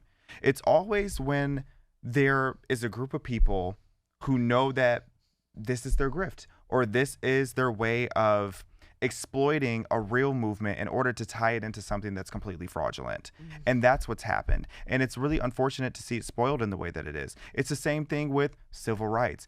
The amount of times I am mortified when I will see Black people get online and go on these rants about how they're basically calling for segregation to come back now. They're like, we need Black only spaces. We need all these privileges. We want, it's Black like dorms. Black dorms, Black libraries, Black restaurants. It's like, you literally want to go back to the South, the Jim Crow South. Like, that's what you're begging for. And it's, again, you have these people that take a movement and they spoil it.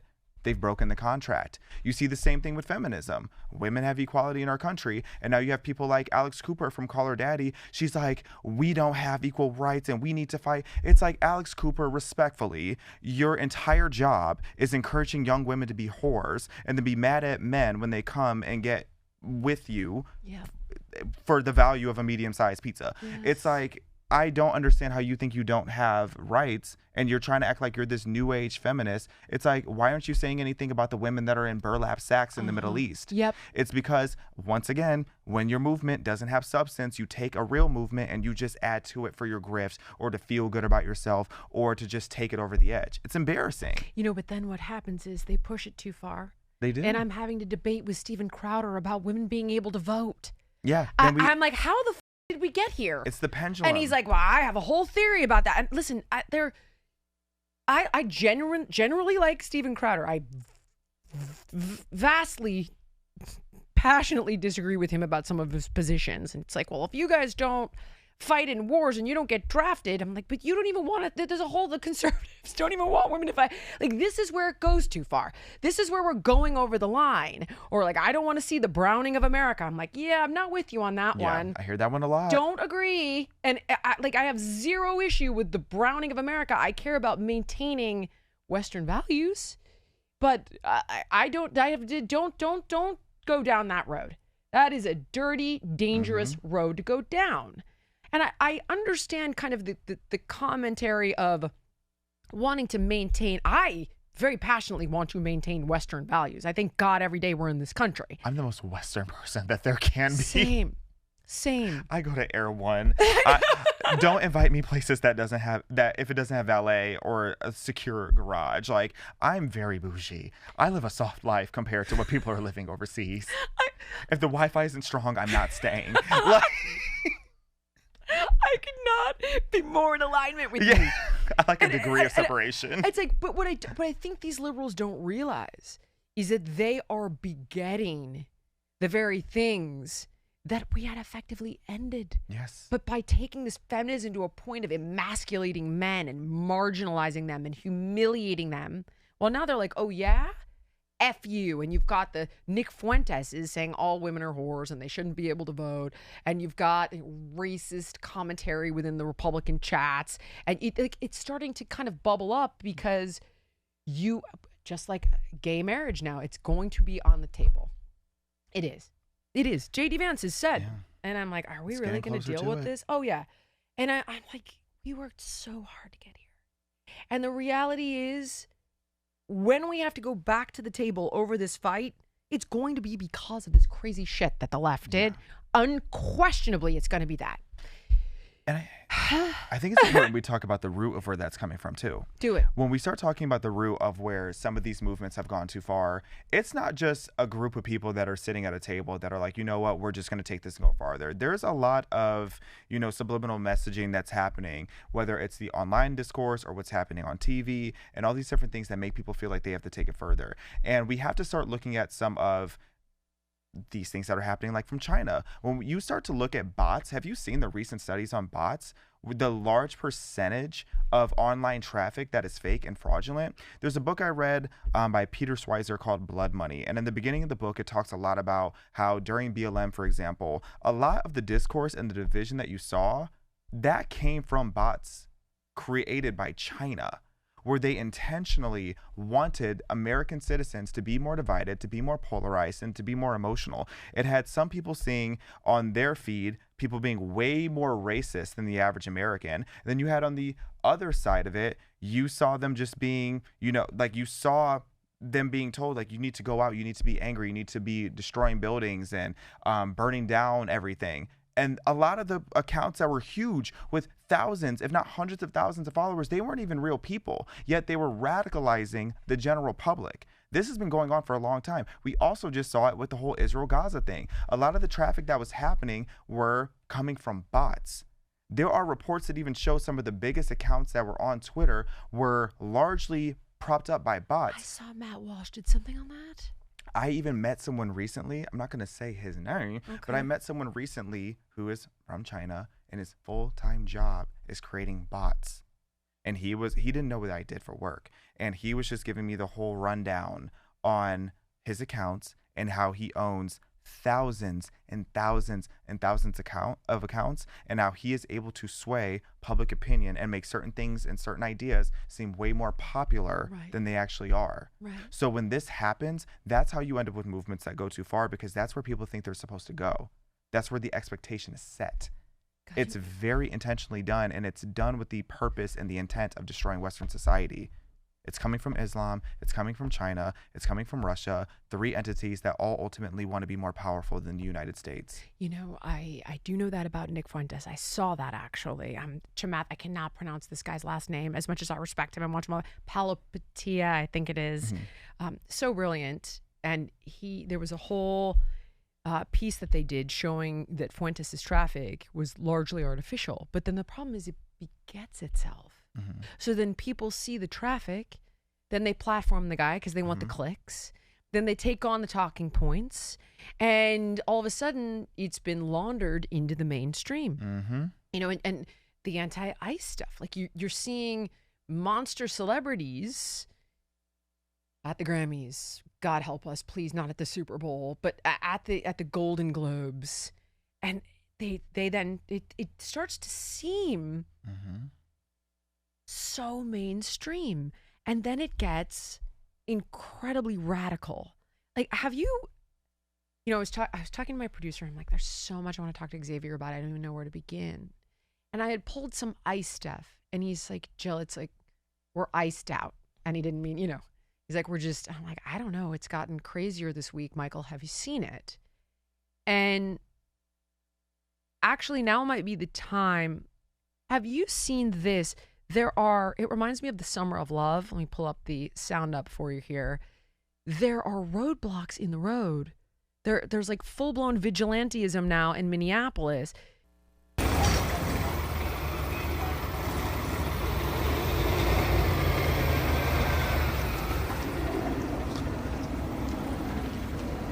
Yeah, he's just our Somalian Uber driver, man. Hey, how's it going? I was just saying, it looks like in our system, your plates came up as an ICE plate. That doesn't seem like it's the case, but I just wanted to come through and see what was up and talk to you, see how you were doing. They're shaking down citizens okay, I think in case they're ICE. All over Minneapolis. Yeah, totally. Yeah. He's like, he's good. He's like, yeah, totally. It gets worse. I want to show you another one. Keep those on. I'm gonna show you them all, and then we're gonna discuss. My name is Rogelio Martinez. I am calling all 55 gangs in my beautiful city. I expect a gang leader from every gang, all 55 gangs, and I'm not gonna name them by name. I'm calling the Latino gangs. I'm calling I'm not gonna name the them by Cambodian name. gangs. Like, but I need to read it. I'm calling the Filipino gangs. I'm calling the black gangs. I'm calling the Pacific Islander gangs. I'm calling all gang leaders to meet me right here, Long Beach City Hall, this coming Monday. Why Monday? Specifically, I need you to be here to meet me in person to take back this city. A black man was surrounded by a group of white people and repeatedly called a house nigger. Yes, you heard it right, a house nigger. But the media is not covering it. Why? Because it was a group of white anti-ICE protesters calling a black ICE agent nigger. Watch the clip. Oh, man. Wow. Wow, is that a question? Wow. Okay. Do you feel about ripping people from their families? Does that feel good? Fucking house nigger is here. Sir, I need to move. House nigger working for the fucking KKK. Why are you calling a woman a man? I mean, what kind of a guy does that? Fucking house nigger, fucking neighbor. This man was called a house nigger 4 times during Black History Month, and none of these white liberals said anything about it because he's an ICE agent. It's delusional. There's one other series of clips I could show you, but the problem is they're actually so sensitive that they've been flagged on social. It's a bunch of kids around the country, middle school kids and high school kids. One, they're beating the shit out of a teacher, like a group of 20 kids. One. Okay. That was crazy. Yep, can't show that. Yeah. Another one of a bunch of high schoolers throwing rocks at ICE cars. and others of teachers leading elementary school kids in a walkout. You're gonna make children political, and walk out on their education, right? So the problem is you talk about bots, but like what it becomes to the point now where this is affecting. It's getting laundered into the mainstream. So now, hey, it's not real. It's not real. It's just bots. Don't panic. It's not real. This isn't normal. But then it becomes the norm, which obviously is the point. Yeah. What are your thoughts on what I just showed you? Well, my first thought I have to say is I didn't know that there were Pacific Islander gangs. I didn't either. that had me gagged. I was like, the Samoans are getting down like that? Because they are way too big to be rolling as a gang. A Cambodian gang. Peaceful people. I know. They're so chill. I was like, if a Hawaiian rolled up on me, I'll be like, bro, let's have a luau. Like I was stunned. I just know they're late to every drive-by. 55 gangs in the area. I'm like, wait, what? Oh my gosh. Yeah. That's crazy. I know. Yeah. But can we get the Belizean gangs out here? Get those guys out. Yeah. Ooh, I know. Well, going back, you hit the nail on the head about the fact that the bots are turning into real influence. And I think that that's really important that we clarify. Because whenever I talk about bots and how so much of internet traffic is fake, a lot of people think that that means that I'm downplaying how real these people and ideas are. No. What I'm saying is that these bots are creating more people actually believing it and actually thinking that this is the popular narrative. Because a lot of the times if you're on an online debate and you get ratioed and the person that claps back at you, they can have thousands more likes than you, but that doesn't mean that they're right. What does ratio to mean? Ratio. So oh my ratio, God, I'm learning so much. It's like if I tweet something and then sometimes they'll just say literally the word ratio to make you look dumb, and then everybody will go like the tweet that says ratio. But if you get ratioed, it means that someone's response to you was more popular than what you said. And then the consensus is, oh, everybody liked this tweet, so that means that it's the better idea. And people will buy likes on their tweets sometimes to ratio you to make it seem like you're an idiot for saying the sky is blue. Someone comes and says, dumbass, the sky is green. And then boom, ratio, all of a sudden the sky is green. So that's where these bots, like, it creates real delusion. It creates real negative influence because people are going based on the numbers, not on the substance. Right. People don't have depth to their knowledge anymore. So there's so much to unpack. Going back to like the guy that was pointing out how there was a black man getting called house N-word over and over again. Yeah. It's not a surprise to me because every single day I have white people, white liberals, privileged white liberals are always at the scene of the crime. I always have them calling me either a coon, a race traitor, an Uncle Tom, a sellout, hard R, soft A, whatever it is. And it's okay because of my proximity to whiteness. The second you become conservative or Republican or you're a part of law enforcement, you will have white people that have been empowered by social justice causes to think that they can put me back in my place. Wow. So what systemic racism turned into is systemic disempowerment. So you no longer have white liberal or white Democrats, I should say, is what a lot of them are. But you no longer have them saying, oh, you're not allowed to go into these places and spaces. You are just told instead, you're not allowed to think this way. You're not allowed to pursue this career path. You aren't supposed to prioritize, high education standards and things like school choice. We're going to tell you that you shouldn't prioritize that. And what then the ripple effect is black kids aren't learning how to read. If you look at the stats of how high black illiteracy is, you would be appalled if you haven't already. It's like, I want to say bad over in the country. I want to say it's like close to 80. It is bad in the country, but almost 80% of black children are functionally illiterate. Black children are significantly below literacy standards in every single metric. So that's happening, and we're supposed to be told that that's not what we're supposed to focus on. We're instead supposed to focus on things like Black Lives Matter or Free Palestine, etc. But in that specific example where you have this black law enforcement officer being called a house N-word, They did the same thing to Winsome Sears, by the way. They called her the N-word and Yeah. like all those things. Because they don't want you to enforce the law. They want you to be in a state of anarchy. They think that they're helping you, but really all they're doing is they're trying to systemically disempower you. They want you to be in a neighborhood that has no police. And what happens then? You're going to end up in a life of crime and abuse and all these different things. And who are you going to call? So my message to a lot of the white, because like those kind of people, they're so far gone, they're probably going to stay that far gone. But when you have the white classical liberals and you have the white people that really are just trying to help people, trust me when I say, don't go advocating for something for black people that you wouldn't want for yourself. Oh, God, that's well said. Because every white liberal that says we shouldn't have the police in black communities, okay, would you call the police if there was crime in your neighborhood? Is that what you want? You think you're helping us and you're not. You're harming us. And when you then tell us like, oh, I'm a house N-word because I dare to think for myself, it's like, okay, are you allowed to be, able to question things like you want to? Are you allowed to think outside of the box that you're put in? And then they'll try to tell me that I'm uncomfortable in my skin. No, I'm very comfortable in my skin. So comfortable that I'm willing to think outside of the parameters that you've put on me. No one puts a glass ceiling on a black person faster than a white liberal. Not Malcolm X.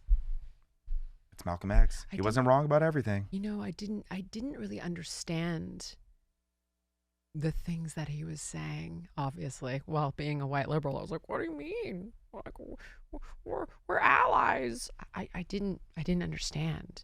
I remember, I hate to say this, because I thought this was so shitty, and I have called Van Jones out for this, but he basically said, like, the worst enemy is a white liberal. Mm-hmm. And at the time, I was a white liberal, so I was like, "F you, dude." You like what? Like, what do you mean? I didn't understand it at all. And then I was accused of being a white savior because I worked for the United Nations. This isn't fair, though.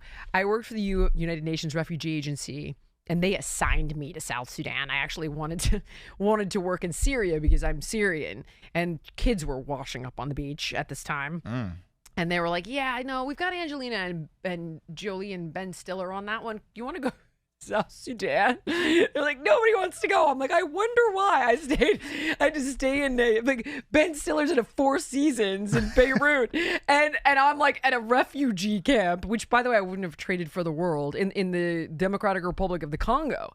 One of the most incredible experiences. But of course it was like, oh, you're a white savior. And I have a black kid. So it's like, you're a white savior. I didn't sign up to go adopt a black kid. I signed up for international adoption. It was like whichever country is open, but India was closed. South America had closed all the countries. China had closed. Haiti was open at the time. They closed it, which is a separate conversation, but they closed it to international adoption. Kind of goes back to the CGI stuff. Because if they allow... They're like, we need to keep these kids in their culture. I'm like, what culture? They're dying of cholera. Yeah. They're being trafficked. There's like, it's incomplete. But it's all about maintaining control and not having any visibility. So anyway, it's a separate situation. But it was like, you're a major white savior. And that's honestly one of the top reasons I stopped working with the United Nations Refugee Agency, is because I was like, I don't need this one. Yeah. I'm going to sit this one out. I'm not interested in this conversation at all. And you know who ran the white saviors? A white woman from the Midwest ended up getting on the phone because they were like, oh, they went after me so aggressively. And everybody was like, oh, man, you got to be careful of the white saviors. Got to be so careful of the white savior group on Instagram. They'll take you down. And they're like, you have to pay us a fee for us to educate you. I swear to God, honest to God. Oh. You have to pay us a fee and we will educate you on how not to be a white savior. And I was like, all right. I'm actually going to do this. I think it was like a $500 fee. And I get on the phone with a white woman from the Midwest who was educating me on not being a white savior. And I was like, this is fucking unhinged. That was end of 2020. But I'm uniquely, I see both sides of it now. Yeah. Where you're kind of like, okay, white people do this all the time and it is gross. But at the same time, sometimes it's just human to human. Yeah. So I'll give you one more example. When I was in the Congo, I took a bus with refugees that were coming down from South Sudan. So it's like, we're going to document what these people go through. And we did this thing to raise money where you walk and you do the steps that they have to do and you get people to sponsor you and the money goes to building wells and all of this. You have to understand, like, there's no way for people there to Let anyone know what they're going through. Let anyone know what they're struggling with. Like they need help. It should not matter what color you are trying to provide help. So now there's a bridge. And Xavier had to be, I don't know, like a 50 years old. It's like twigs, this thing. And you're walking across a river, hence the concept of a bridge.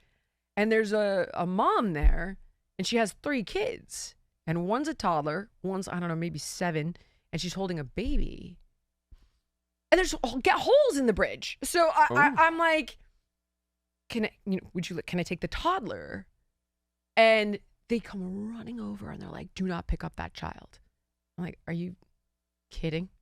And they're like, we don't want you to, because it's all being documented. So they're like, we don't want you to, it's like very, you'll be like a white savior. And I didn't really understand what that meant at that time. All I know is I'm a mom. It's 2018.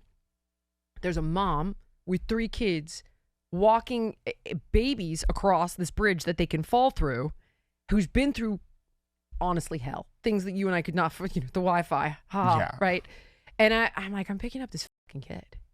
But the fact that, like, I think good white people, honestly, don't even know what to do anymore. Yeah.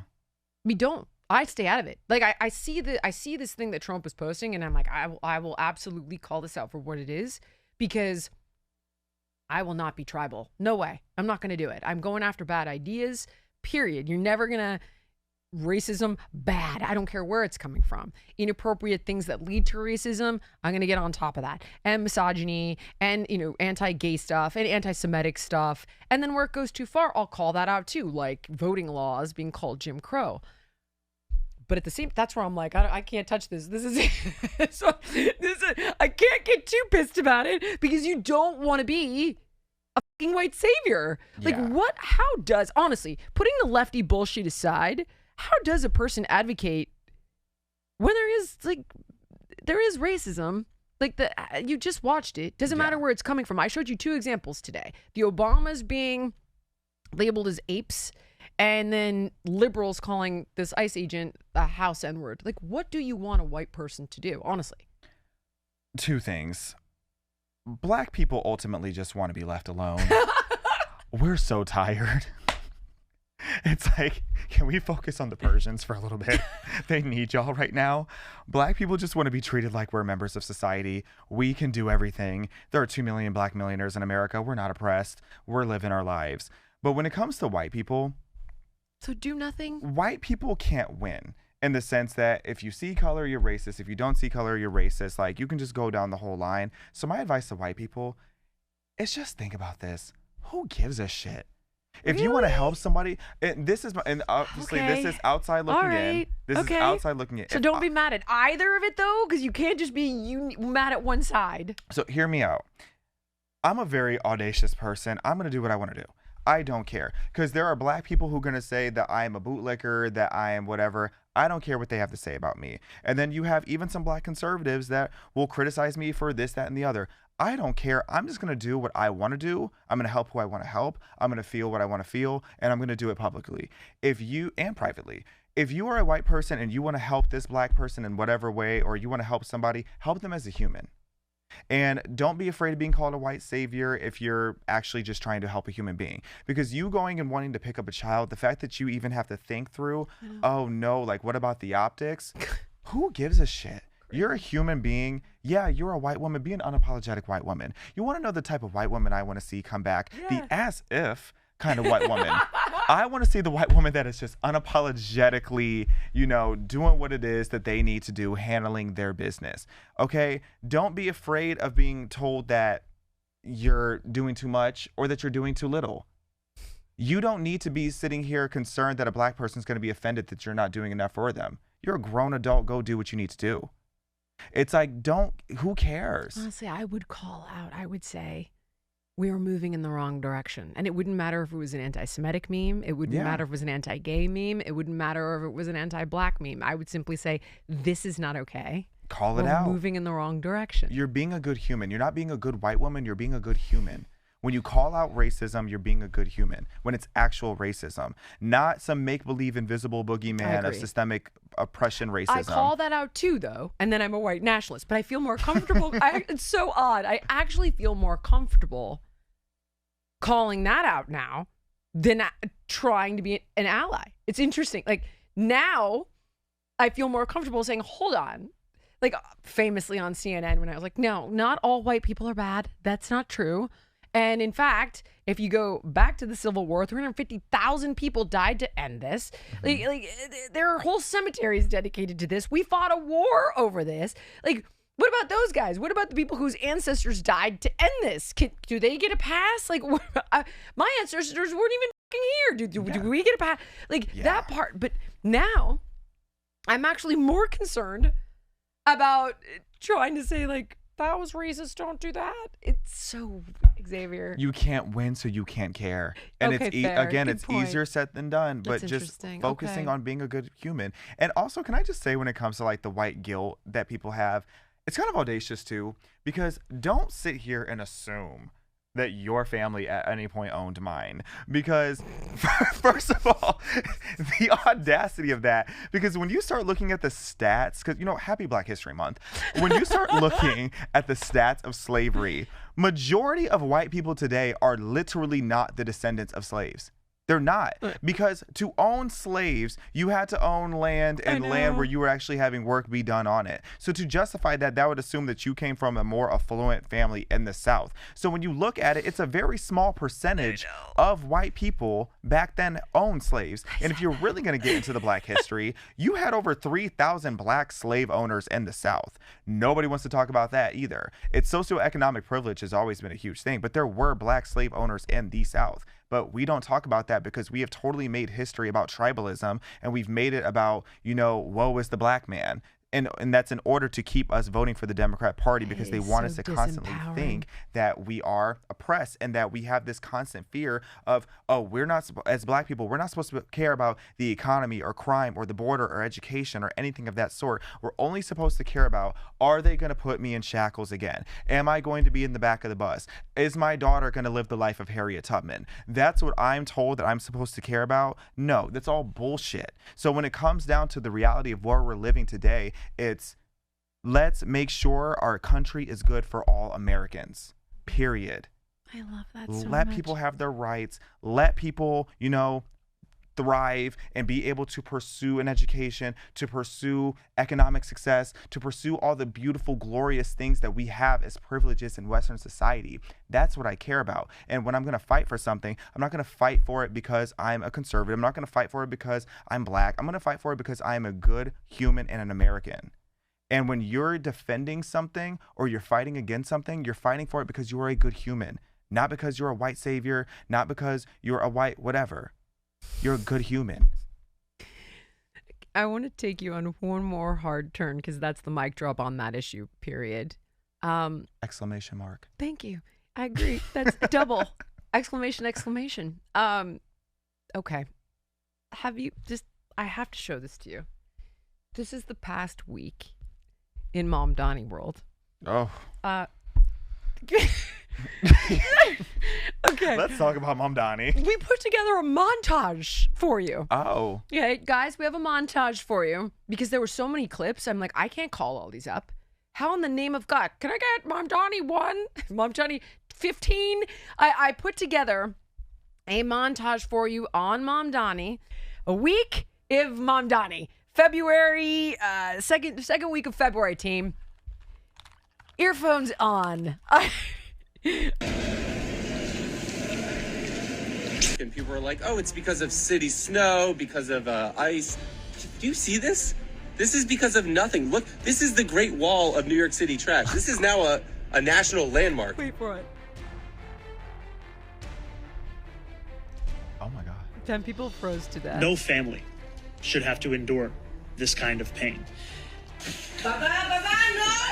Hey, put the knife down! Put the knife down! Put the knife down! Put the knife down! Put the knife down! Move! Put the knife down! These are not programs that are going to ask the immigration status of any one of the children. All of those children are New Yorkers. That I am naming Ramzi Qasim as chief counsel. Al-Qaeda's 9/11 defense attorney.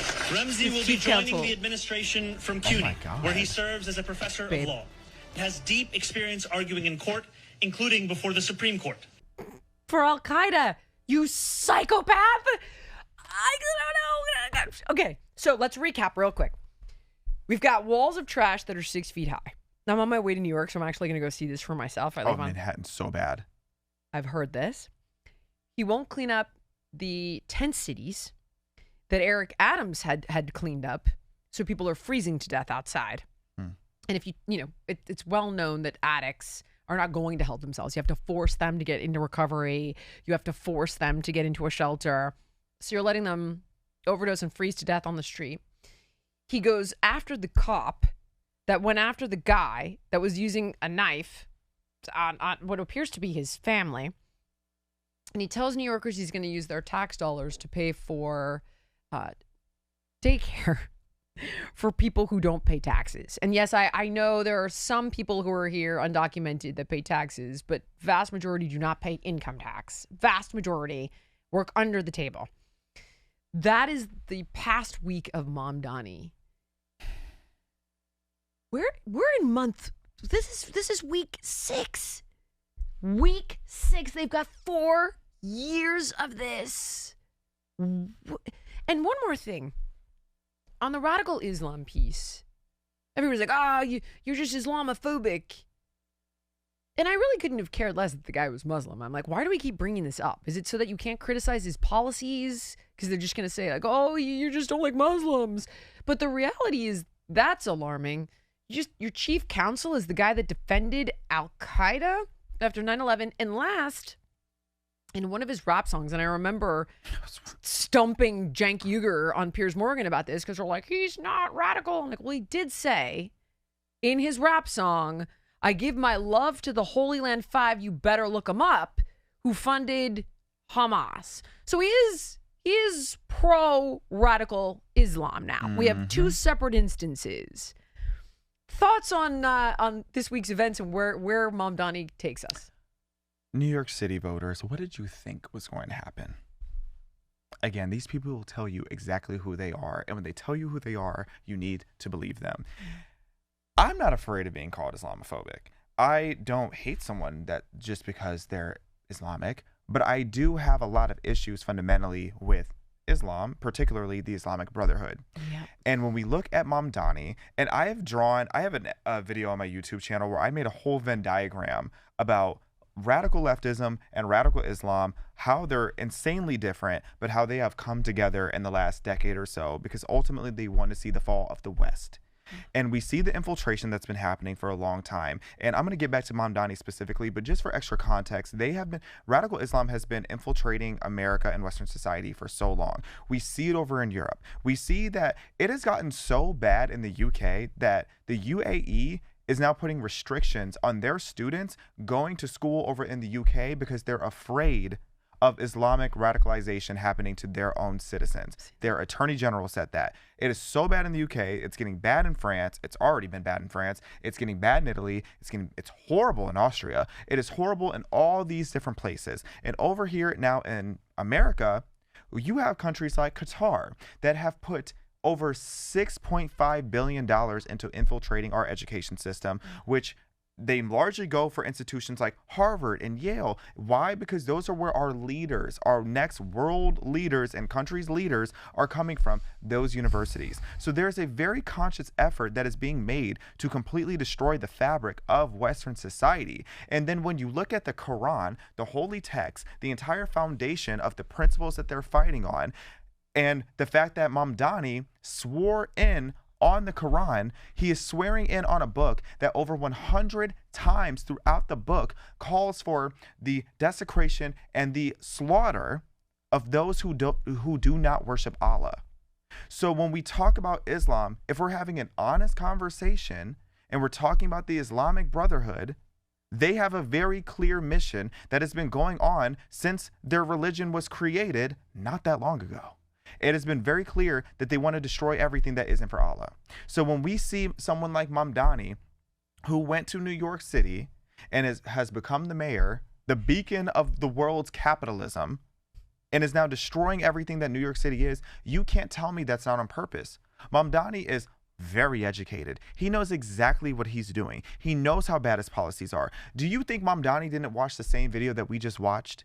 People think, like, do you think that he's just dumb? Do you think that he's just blind? No, he's smart enough to know exactly what he's doing. He just watched that man try to stab his family and this police officer, and then still proceeded to defend the criminal. Defending the criminal over the law enforcement officer, there's no such thing as, or there is a such thing as being that dumb, but Mamdani is way too educated to be that dumb. He's doing this on purpose. He is destroying the city on purpose. They're destroying America on purpose. They're putting the worst ideas imaginable into the brains of all these students on purpose. That's why you have a situation like Free Iran not getting nearly as much momentum as Free Palestine, because the more you look into the Free Palestine cause, it's BS. It was BS from the beginning. You have Hamas that literally wants to do nothing more than destroy Western society, and they're starting with the Jews, but they'll make their way to everybody else. The Jews are just the first in the line of defense. A lot of people ask me why I'm such a fighter for Zionism. It's like, yeah, because I know it affects me too. It's a very immediate threat to all of our values and to all of our existence if we don't start fighting this. But yeah, in New York City, you're cooked. You voted somebody in who is very adamantly on a mission to destroy you, and they smile in your face through, look up Takia. Takia, are you familiar with Takia? You're supposed to lie if it's for the Allah. Cause of the Quran. If it's to subjugate the infidel, you're allowed to lie. Because one of the things that tipped me off about that, this is how I ended up learning about this, is I thought, like, if he is a devout Muslim, I mean, in most Muslim countries, they'll kill you for being gay or imprison you for life. So how are you wanting to trans kids and use tax dollars for gender affirming care, but you're a devout Muslim? And I was trying to figure out how those two things reconciled. Weakening our society. Right. It ultimately comes down to weakening our society. They are very aware of what they're doing, and they're using these progressive leftists as pawns because they're easy to manipulate. They're mobilizing these people. Because, I mean, just think about it. Imagine you're at a table and you have a Hamas leader, and they're sitting down with the people that are the most vocal for their cause here in America. And you have some 19-year-old twink with blue hair that is completely against everything that the Quran stands for, but that's their ally here in the West. They're just the easiest to mobilize, and then they're going to be eaten alive. It is very conscious what's happening. And I just want to emphasize again, Zohran Mamdani is way too educated to not see what we're all seeing and think that it's okay. He's doing this because he wants to destroy New York City. He wants to destroy the West. There's a reason he's sworn on the Quran, because it calls to do so over 100 times. Oh my God, I actually just thought he was like a radicalized kid who went to some high-end college. That's what he cosplays. He's an actor. It's Takia. It is all Takia. Even just, I call her Takia Omar now. Like this whole thing of they threw some water on her. If someone goes and throws this liquid on you, you're going straight to the hospital. And she instead just acted so casually. Went after the guy. I'm like, you what? Yeah, like, oh, I'm so tough. I'm going to run after you. It's, girl, tighten that burlap sack and sit down. We all know it's an act. Okay? Like, don't play any games with me. Takia Omar, full of BS. The amount of times that she has gotten on stage and just blatantly lied, I'm not afraid. It's like, again, I don't hate Muslim people, but I do hate Islamic takeover. She's anti the West, though. She is. That's the thing. They all are. She is anti the West. Like I could point to, I could say Vivek Ramaswamy, first-gen American, but Patrick Bet-David, Vincent Oshana, like these are guys that escaped Iran. Very pro-American. Great. Stoked to have you. Started a monster-sized company, employs a ton of people. Like, this is where don't talk to me about the browning of America. I'm down for the PBDs and the Vivek Ramaswamys all day long. We're brown. Yeah, like I'm into it. What I'm not into is the Ilhan Omars and the Zohran Mamdanis. And I don't care, born here, not born here. I'm not into anti-West because I've seen where it goes. And they immediately just shut you down with the whole like Islamophobe, racist, this, that, the other. But you start to just, I did not think that I thought he was just ideological. It's all an act. He's a great actor.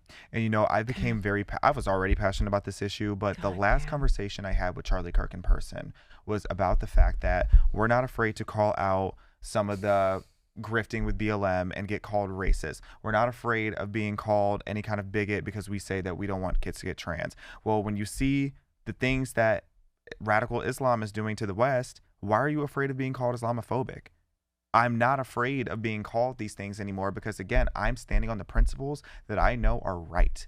And then when people try to act like, you know, we've been talking about Minnesota for months now. When we talk about what's happening in Minnesota with these Somalis and what they're doing over there, it's like, you really want to sit here and act like we're supposed to not call that out because we don't want to get called racist and, oh, all these Somali people are just in America because they want a better life. If they were here wanting a better life, why are they turning Minnesota into Somali? Yeah.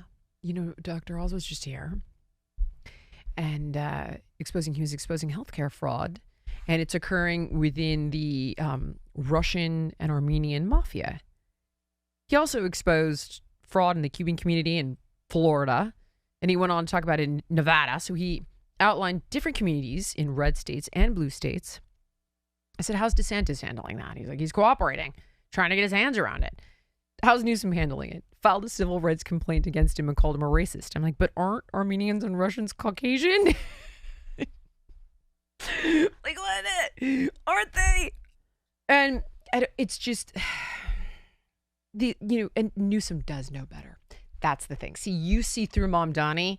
Now I see it from your perspective, which I was just hoping he was just young and ideological and just stupid. But I see that in Newsom. Mm-hmm. I know he knows better. And I know that he is just a dark, nefarious actor. But, you know, and my wife says to me, same thing you do to an extent. We were talking about Newsom and everybody's pissed at these celebrities that are leaving. I'm like, I'm not pissed at all. I fled California to get away from Newsom. And if he becomes president, I absolutely will. I'm like, where do you think we would be kind of safe if this guy does ruin the country? Because I believe that he could. I understand why liberals are leaving. They see Donald Trump in the way that I see Newsom. I don't blame them. And if that's what you want to do it. By all means, I would do the same. But she said to me, she goes, you know, you're so worried about Newsom. It's so much worse with Mamdani. And I was like, he's so stupid. He'll never be a president. I don't think he could ever make it as president. People like him and AOC, it's like they can win over in very hyper progressive, compromised areas. They can never win on general. They can never win a general election. There's no way. We have covered so much ground. I could talk to you forever. And hopefully I would love to continue this conversation. Is there anything that I should have asked you that I didn't? Anything I don't have my antenna tuned into? You know, I feel like we covered a lot today. And if there's one thing I just want to emphasize to your audience is before you go out and you become so empathetic and sympathetic to these people who are in our country illegally, or they're here legally, but not working towards Western values, they're not wanting to assimilate. If you came to America to flee what was happening in your home country, why the hell would you bring that here? Why has Minnesota turned into mini Somalia? I've been calling it mini Somalia. Why do we have pockets? I don't mean to laugh, but it's like, you have to laugh because it's true. It's an African tribal war over there. Yeah. It is so bad. So much corruption. So much fraud. You have over in Los Angeles these pockets that I don't feel like I'm north of the border. And it's not because there's a lot of Hispanics. It's because the amount of drugs and cartels and gangs and corruption that's happening over there. Yeah. The amount of that are happening. So I get it. Everybody ultimately wants to go to bed. Well, not everybody, but most sane, good people want to be able to put their head on the pillow at the end of the night and feel like they did the right thing that day. 100%. And I get it. But you have to be willing to look deeper at what it is that you're supporting and what it is that you're propping up, and these ideas that you have that you think are so unifying, what you actually might be doing is rooting for your own downfall. God, you're spot on. Xavier, you're fantastic. Can you tell everybody how to follow you, everything that you're doing? Of course. Thank you again for having me. I'm on all platforms. Most usernames are just at Xavier. It's unique spelling. It's Xaviaer. I have a YouTube podcast. I'm on Instagram, TikTok, Facebook, Twitter, even Threads. And I have a reality show that's coming out very soon called Party Lines. And I'm the creator of the show, and it's about the world of political media personalities, left, right, and center. So be on the lookout for that. Where can we find it? As of right now, the home is Amazon Prime, but that may be subject to change because I'm about to sign with the talent agency who wants to shop it. So good for you. I'll probably come back right when we're about to Oh my release God, that. open invitation. Thank you. Absolutely. And I just want to say one last thing to you. You know, I mentioned to you that my daughter's a fan. I didn't know she was a fan, though, because I followed you and you were like, oh, hey. And I said, oh, hey, would you come on? Cut to, she sends me one of your videos, which I sent to you, like a month and a half ago. And I was like, you follow Xavier? And she's like, he's fantastic. And I had no idea, because she's conservative, but not political. My son is conservative and political. And I was like, what is it that you like about him? And she's like, he just makes sense. No one makes sense anymore. And she's, the kid is not, she doesn't elaborate when she doesn't feel like it. But I just want to say, thanks so much for speaking to this younger generation. It's very hard for these kids to find a voice that they can trust, that is guiding them in the right direction, that isn't telling them to go on OnlyFans. It's very difficult as a parent. I hate to say it, but you're no longer able at a certain point to influence your kid. As much as it's like you need to be the primary role model. That works for a little while when they're like 3, and then they become teenagers and you're the last place they're looking. And I keep really close tabs on who my kids follow and what they're ingesting. And I just want to say, I've really shown a huge amount of admiration to the people that my son has leaned into, and it was the Charlie Kirks and Tom McDonald's, and I want to really give you your flowers for that. Thank you for being a role model for these kids, educating them, empowering them. It's really a gift, and I am so grateful to know that you're out there doing it. Don't make me cry. I'm from Chicago. I gotta be tough. Can't lose my street cred. But thank you. That really means a lot to me. And my goal, actually, when I make my content, is I don't want to just be another political talking head. Like, yes, I have my more buttoned up videos and stuff, like going on Fox and all that. PragerU, but my social media content, I try to make it palatable to someone that wouldn't care about politics. I try to make it cultural. I do my Walk With Me series. It's brilliant. I do my, I do the trends. I do it all, but in a way where I can try to bring common sense and decency to our country again. So shout out to your daughter. Thank you so much for watching. If you enjoyed the podcast, please like, comment, subscribe, and share. And make sure to let me know what guests you want to see on in the future.